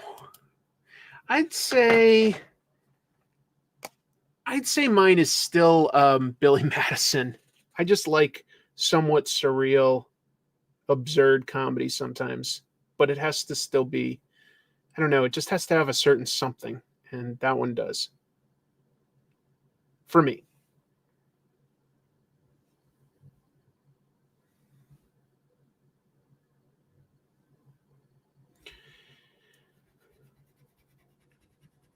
What's the next superhero movie that comes out at this point? I guess maybe Thunderbolts. Would that be right? And then in July we get Superman and Fantastic Four. And I want to say something else that I'm not thinking of right now. Something that's like indie. I don't know. Oh, Punch Drunk Love is very good. I haven't seen Anora yet. I meant to see that when it was out in theaters, and I just never had the time to see it. And now it won a bunch of awards, so I'm like, well, I gotta see it now. There's a few for awards season that I really want to see. What do I want to see? What's the musical one about like the drug dealer woman? That Zoe Saldana just got like an Academy Award for. That one would be the easiest one to see next, just because it's on Netflix. So realistically, that might be the next sort of Oscar movie that I see. But I want to see a Nora, and I want to see The Brutalist. I really wanted to see The Brutalist, and I just never quite got around to it. It sounds like something pretty special. So yeah, I like all sorts of movies. I'll see both of those. Next week, we'll have all seen some Daredevil Born Again if we have Disney Plus. That's true. That'll be the next thing we get. Thunderbolts. I hope Thunderbolts is good. I like a lot of the characters. Thank you, Amelia Perez. I want to see Amelia Perez. I'm liking the Chiaroscuro loose style here, almost like a Bernie Morova. Well, I'll take it. Thank you. Return to Frogtown? Yeah, I know that one. Take that back to 1972. They'll love it. 1964. They'll love it even more. Yeah, I was just talking about the next superhero movies. The Brutalist used AI art. Like AI generated stuff, or AI to like sort of like render things, because there's a lot of technicalities when it comes to AI for special effects. Like if they're using AI to say create like a certain film texture or something, I whatever. But yeah, you guys are way too nice. But nice to see you, Rodolin. I hope you're getting some attention on your comics, I should call them.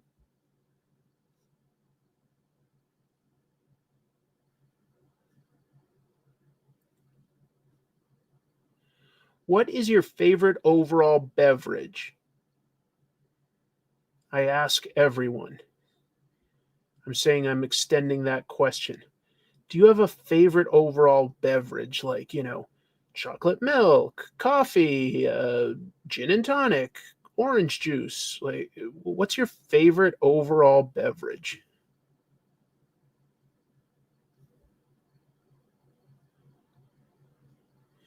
I would say if it wasn't bad for me, my favorite is probably like orange juice.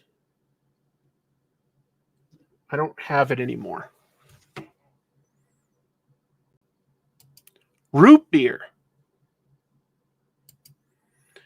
Jaeger and milk over ice. Sweet tea. Apple juice. Apple juice can be quite refreshing. Bubbly sparkling water. A lot of people love that. Black coffee with butter in it? I've never heard of that. No, I've heard of that, actually. I just never had it. Liquid death. Haven't tried it. Good. Let's see. I'm a big fan of kombucha. Yeah, I've got a coworker that drinks it like crazy. Coffee, except iced tea in summertime. Assam tea, strong, no sugar. Kickapoo Joy Juice, discontinued soda based on the Little Abner comic strip. Yep. I never tried any, but I'm aware of it. Iced coffee, coconut rum, Pegu Club? Don't know that one. Absinthe. I kind of like absinthe, but it has to be in very small amounts. Topo Chico. Okay. Kombucha can be nice. A nice birch beer. And a cold bottle of Malta. What is... that's awesome. Thank you, guys.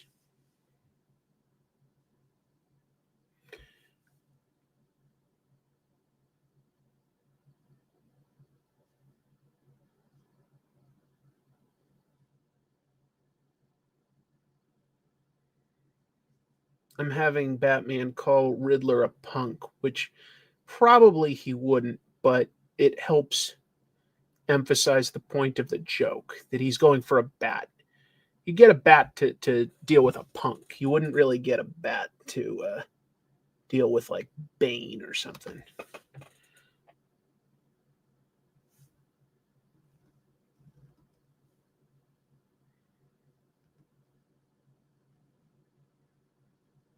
I don't wear hockey pads. I enjoy some blood in the morning and a nice iced bile in the evening. Yes, some people love bodily fluids. West Coast Dave Enger, apparently more than the average person. Seeing some really unique things listed in there. I'm just trying to balance that with drawing. Drawing as quick as I can. Appreciate everybody's patience while I show you, like, the top quarter of my head.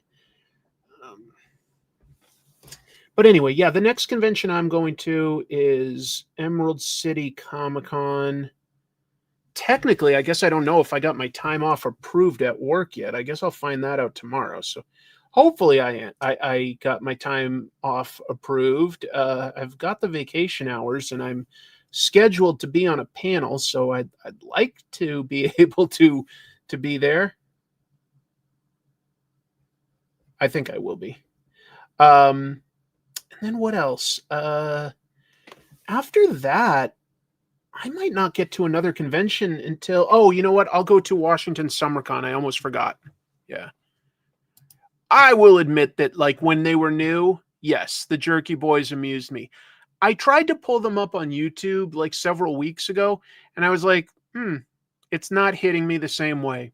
It just wasn't that funny. I guess it was just because it was newer back then. Yes, he does call his weapon the Bat Bat.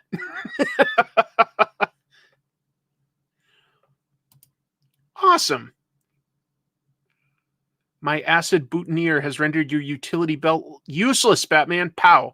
I'll render you toothless, Joker.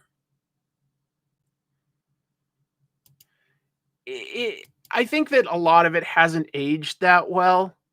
Like, the voices that seemed funny to me when I was really young, I look at now and I'm like, that's a little cringe. Fingers crossed for a Tropes Venger crossover at DangerCon. I will know my work schedule on like the 16th. So I know that's a ways out, Dave.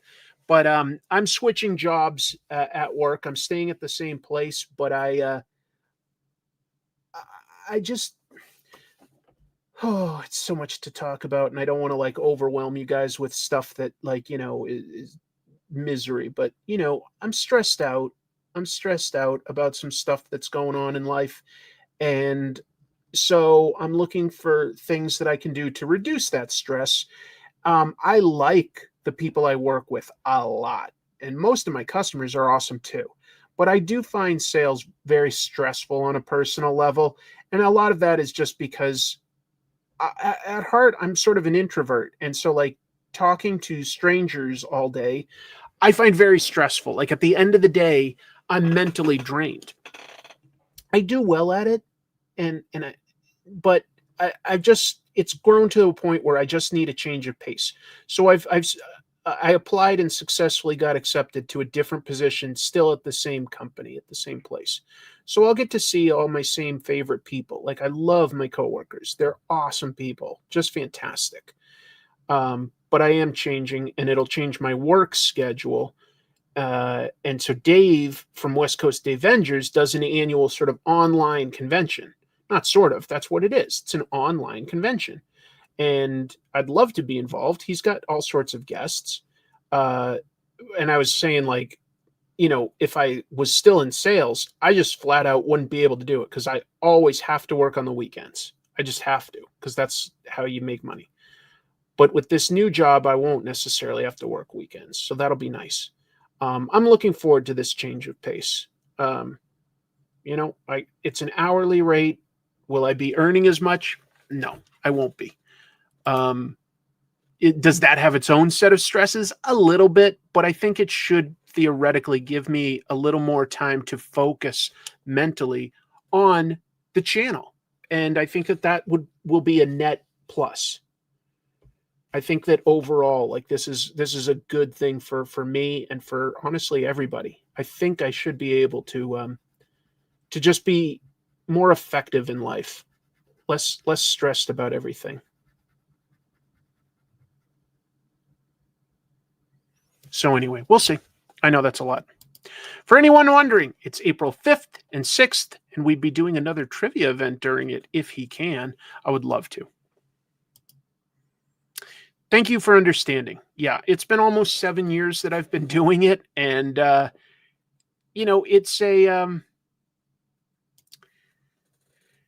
it's commission. So, you rise and fall depending on how well you do. So I want to always perform well. and it almost starts to become something like a competition with yourself, and you become proud that you can hack it out this long. But it is tough for me. I think that there's some people that are naturally way better at the customer facing side of things than I am. Yeah. I don't change things very like you. Most of my jobs I stay at for a long time, and it's just outside factors that have changed my situation. You're a functioning introvert. You need a lot more energy to be social. Yeah. And I've heard of ambiverts. Those are people that can like sometimes have introverted tendencies and sometimes have extroverted tendencies. But I really do think that I truly am an introvert. I enjoy talking to people, but I have to get to know them. And then once I'm comfortable, like I have a blast. I've done stand up, right? I can get up on a stage and do that, but it does take something out of me. It does. It's interesting. I think everyone should work in a sales or service position. You'd see way less people giving employees a hard time. I agree with Jay so much on that. Yeah, I when I was 16, I got my first part-time job, like I was in high school, but I got a job working at Walgreens as a clerk. I had also been doing things like, paper route and babysitting for years. I worked a lot as a kid. I kept all those jobs. Like I did a paper route for 7 or 8 years. I got it in like fifth grade and did it all the way until I graduated high school. But at 16, I got a part-time job at Walgreens, which I kept until I went off to college. And I just saw that like some people would treat people in like, a service industry so badly. And I was just like, wow, I never want to be that person. I never want to treat a stranger like I'm getting treated. I do think it's really, really valuable to how you treat other people. 25 years, congratulations. I wish I could have been at a job for 25 years because that would mean I'd have a retirement. But yeah, I'm never going to be able to retire. A lot of us won't, right? I scheduled 4 social events totaling maybe 8 hours and had to cap social events at that for the month of February. I get that. I do.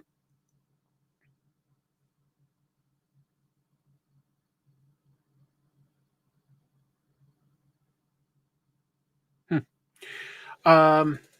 But yeah, I really do like my coworkers, and that makes a big difference. That makes a big difference. And I'm probably just going to stay there because, like, what if one day YouTube collapses? I'm I need that backup. If I was a big channel that was making millions, maybe I could go, okay, I've got a cushion. But I have no cushion in my life, so I need to keep that. Even if like I'm making okay money, I don't have a cushion for if it all collapsed.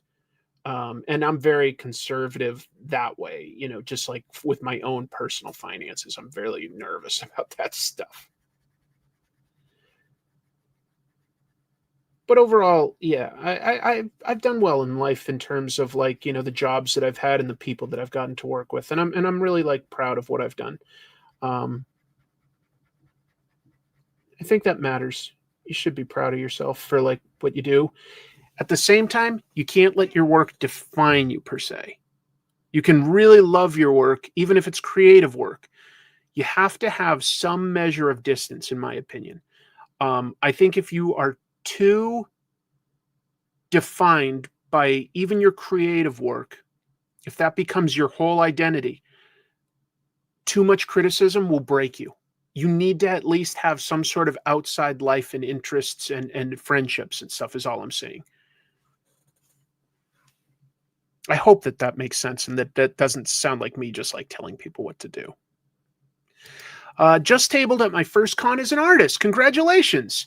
A lot of fun, but I'm definitely recovering both socially and from my first vendor-induced case of con crud. I've been there. When I was in the DC area, I had a lot of indie comics projects that I did and tabled at a bunch of events. And yeah, it takes a little out of you. But overall, I loved those days. I had some great experiences.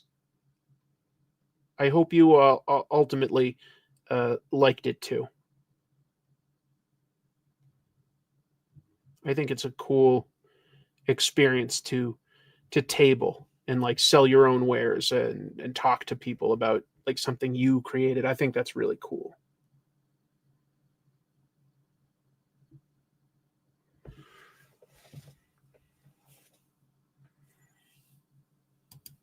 I'm able to leave work at work. I'll be able to now. In doing sales, like I get calls and texts and stuff at home on days off all the time. But in this new job, I'll be able to just do my job. It'll be so nice. I'm kind of banking on comics or animation working for me because autism and anxiety, I just cannot function in a generic work environment. I get that. We're all very different, and some of us can only work in that environment. All I'm saying is be sure to keep some outside interests and some connections with people, like real solid connections, so that suppose you do go into a creative field and you get like a strong amount of criticism that it's not going to like destroy you, that isn't your whole identity. That's all I'm saying. Like I would love it if we could all engage with our passions for work, and I get that.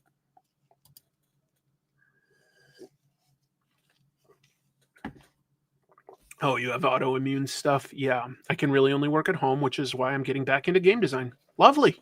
Lovely. I'm happy for you. I would love it if everybody could focus on jobs that truly make them happy and feel rewarding. We don't all get to do that all the time, but as much as possible, it's a nice thing. It makes for a happier world.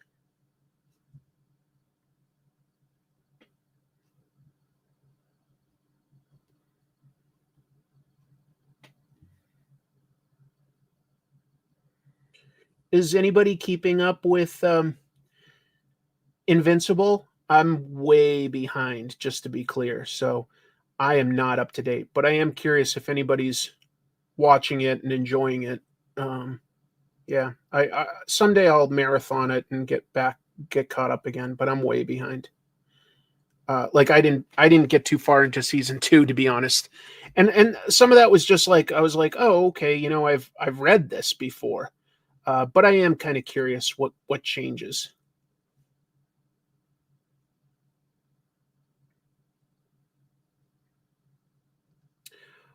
Oh, and then I've got an update on something.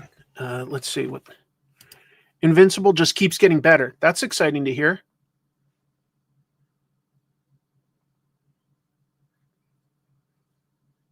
I'm really sorry that it's tough. I hope you at least get along with a bunch of your coworkers. Okay, I get it. Only cut the first episode. Fair. It's a bit of a filler season, but it's still good. There's been some really great individual episodes. Last one was a doozy. I'm just excited for at some point. Like I know that they're getting really close to a big sort of event from the comics where there was like a bunch of big superhero fight stuff, and I'm excited to see what they end up doing with all of that.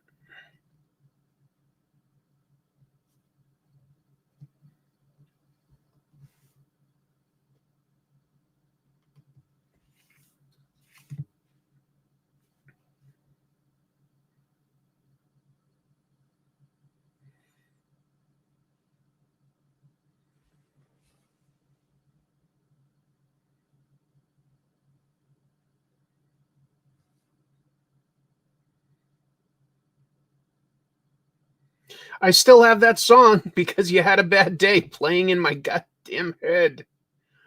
Why? Why?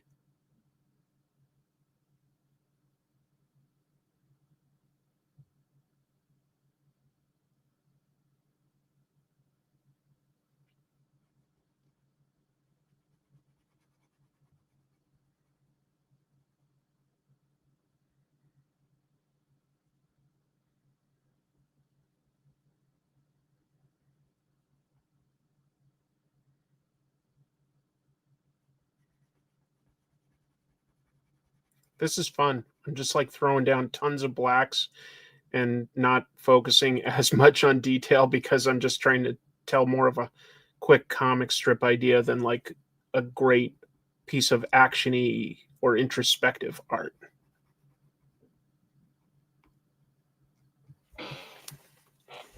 All right, let's see.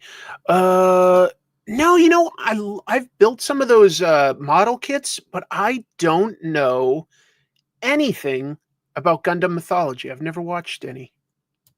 Alan the Alien is one of my favorites. He's very good.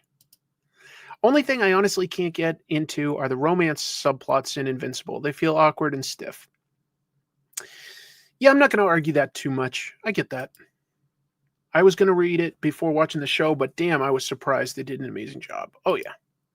Not related to current topics, but I saw the Will Eisner exhibit in Manhattan. That's so cool. That's at the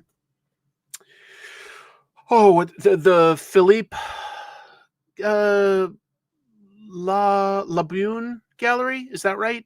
In Chelsea, I'm pretty sure. They have all the pages from one of the Contract with God stories. Happy for you, Professor Willard. That sounds fantastic. I'm pretty sure I have the gallery right. New season is great. Really great adaptation. Love the prison escape episode. I've heard some people say they like that. Okay, yes, the Philippe Labune Gallery. I've been there. I went there for the Mike Mignola exhibit that they had during New York Comic Con. What's the topic of the panel that you're participating on? Horror in comics. How to do horror in comics.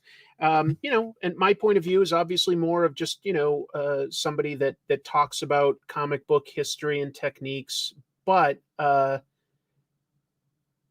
I, of course, have told you guys on this show that I've also written a werewolf horror story that I want to, maybe do as a crowd-funded campaign, I think.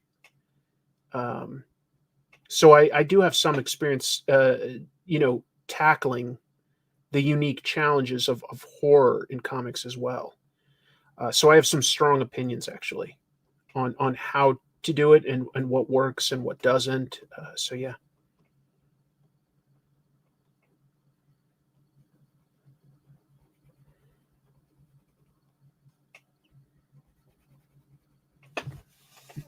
Looking forward to it.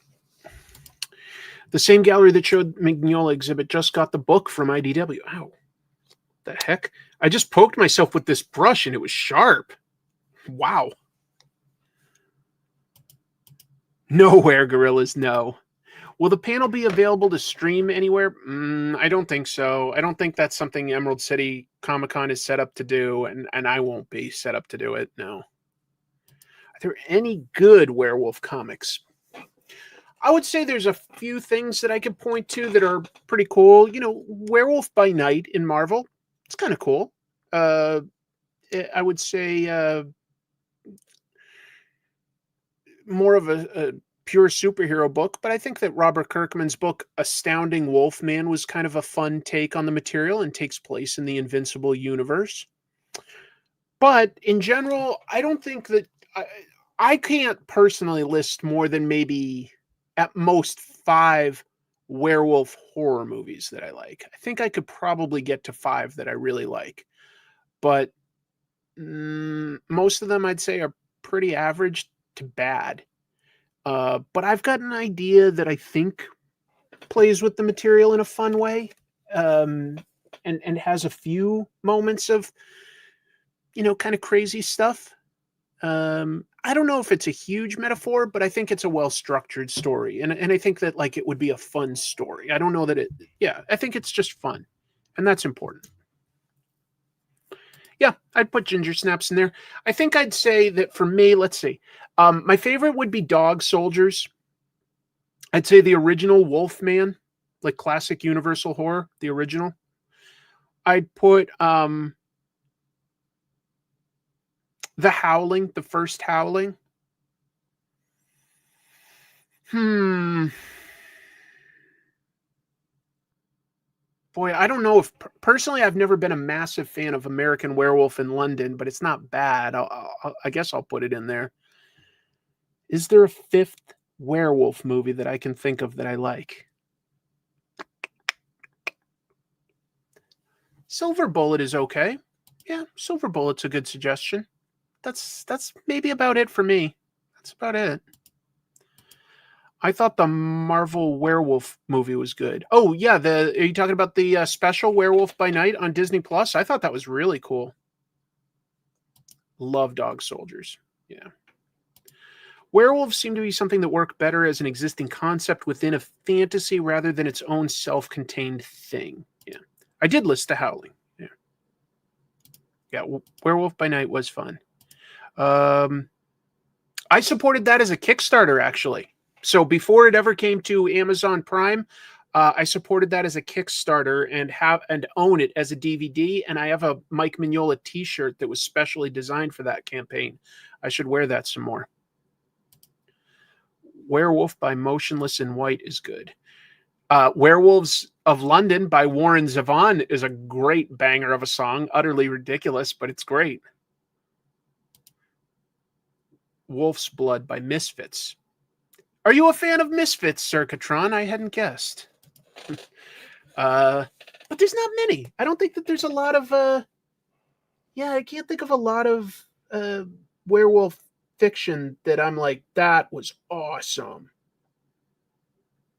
And I think it almost always falls flat when they try to combine a werewolf versus vampire movie. I can't think of anything where I've been like, well, that was a cool take. You know, they've done it with Twilight and what was that whole series that like was nothing but werewolves and vampires? Jesus, I can't even remember now. It's so forgettable. I don't know. It sounds like it would be cool, but I just don't feel like I've ever seen it executed in a way that I've found satisfying. Underworld? Yeah, see, Underworld didn't work for me, but okay. I know that it had to be successful with some people because they made a whole series of those movies. I liked True Blood for about 3 seasons, maybe a little bit more, but it did go off the rails at a certain point. It really did. Van Helsing is pretty ridiculous.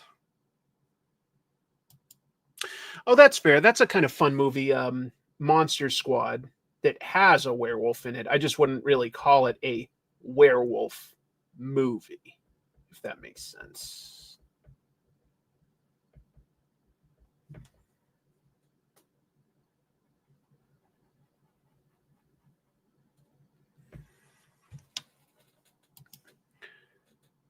Oh, I know. I would like Werewolves to be a spinoff of What We Do in the Shadows. That would be nice. That would be nice. Kate Beckinsale is pretty and a fine enough actress, but those Underworld movies did not work for me at all. Anyway.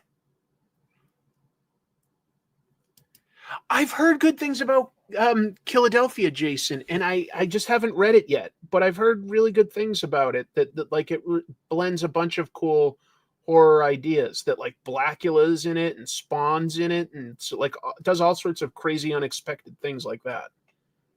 I like that as an idea.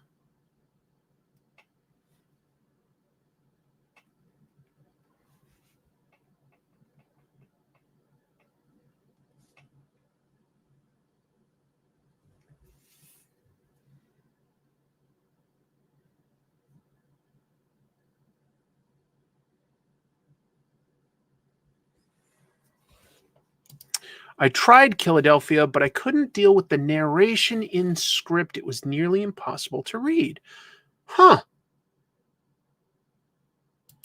It's on an odd hiatus. Oh my God, yes. I did. I saw Cursed in the theaters because I was like, well, Kevin Williamson, Scream, Wes Craven, Nightmare on Elm Street, and a bunch of other stuff. I was like, how bad could this be? But that movie was terrible. It was ridiculous.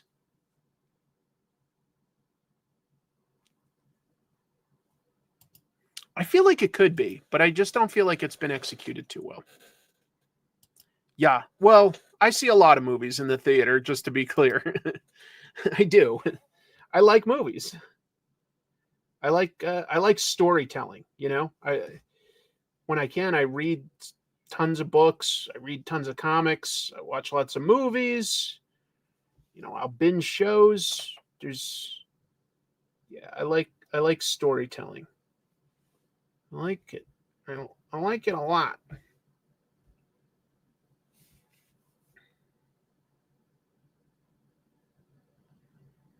I like those stories. You guys like stories at all?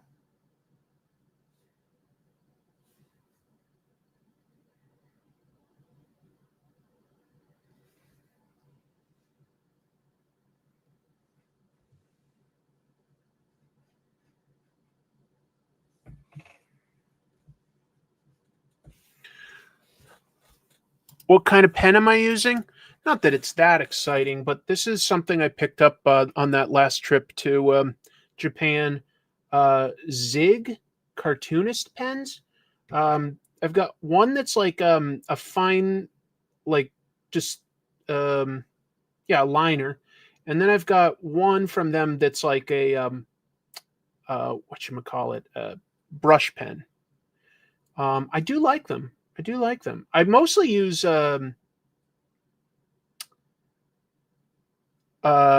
these called it's a Japanese word. Well, they're called Tombow pens, but these that I usually use are by a company called Fudenosuke. Fudenosuke. If I'm probably mispronouncing that a little, and these are by a company Kuretake. Kuretake makes a bunch of pens. I don't know if they're related or not, but yeah. Billy, have you seen a grown man naked?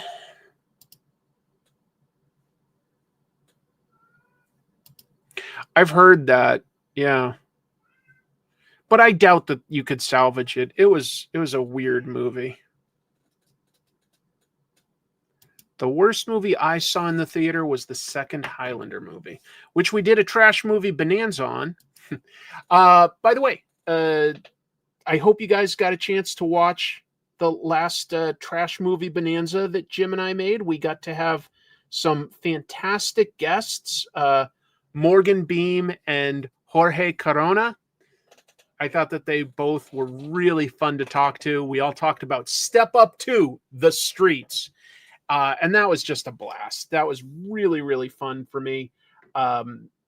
Jim and I are doing another soon, and it is about a superhero movie. Maybe I should just call it a comic book movie the more I think about it.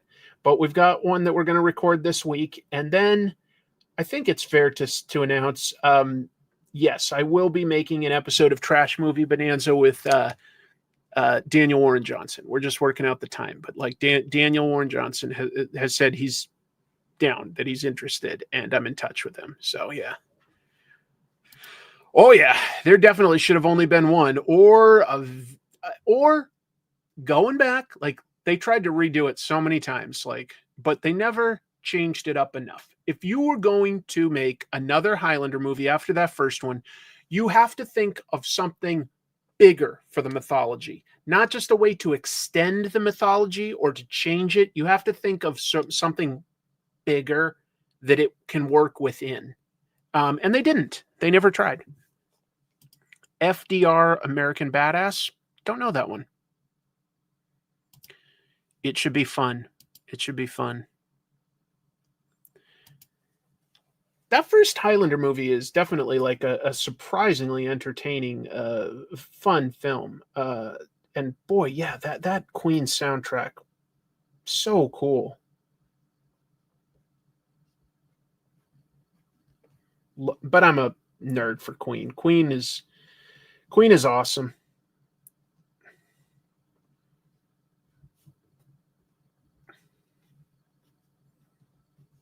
I would argue that, like, as far as you know, bands go, that Freddie Mercury maybe had like the best voice ever, like ever.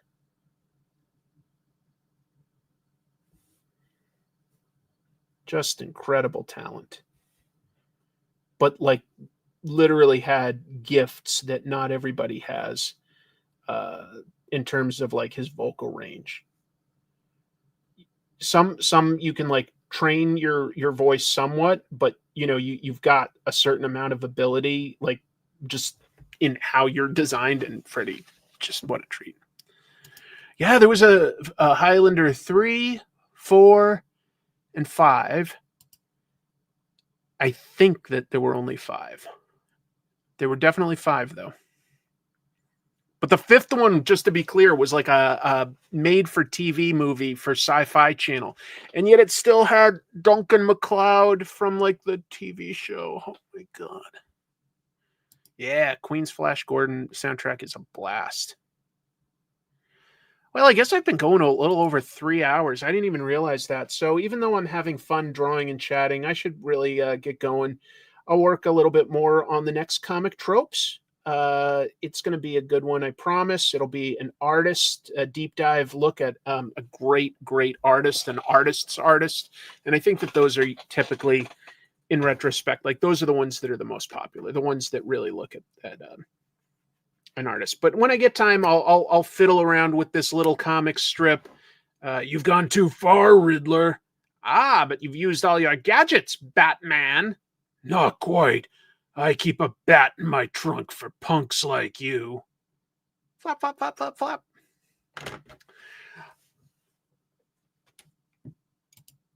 There I am. Wait, I don't look myself. Know what's driving me nuts? As I get older, like my beard is just as thick here as it is here, but it's starting to turn like really white, so you almost can't see it. In person you can, but on camera I've started to notice. If you're looking at me like this, okay, Chris has a beard. I go to this and you're like, what kind of cut is this called? It's not a cut. I've got a beard, but it's like really like, or it's at least super light blonde hair, but I don't think it's quite white, but it's like really light. It looks weird. Looks weird, but I don't want to dye it. Like, do I shave at this point? If my hair is changing color, do I need to shave it? Should I shave everything? Should I be like bald and like no beard? I don't know. I think that I'd look weird there. I don't know what to do about it. Adrian Paul has a YouTube channel. Well, I can't beat that. All right, I'm going to go add some chapters to this, and I'm going to go see the Kyle Higgins live stream that he did tonight about Radiant Black issue 31. Again, the best books this week were Ultimate X-Men 12, some of Peach's best work, Radiant Black 31, and sort of a new beginning, Absolute Wonder Woman, which is just a wild title, and my pick of the week, Starbarian Tales. Strongly recommend it. I had a blast chatting with everybody. Thank you for your positivity and for hanging out. You made it a really fun episode this week. I'm excited to see you next week.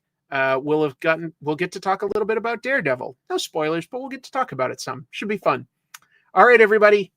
Keep reading comics. Double salute. Boop. Take care.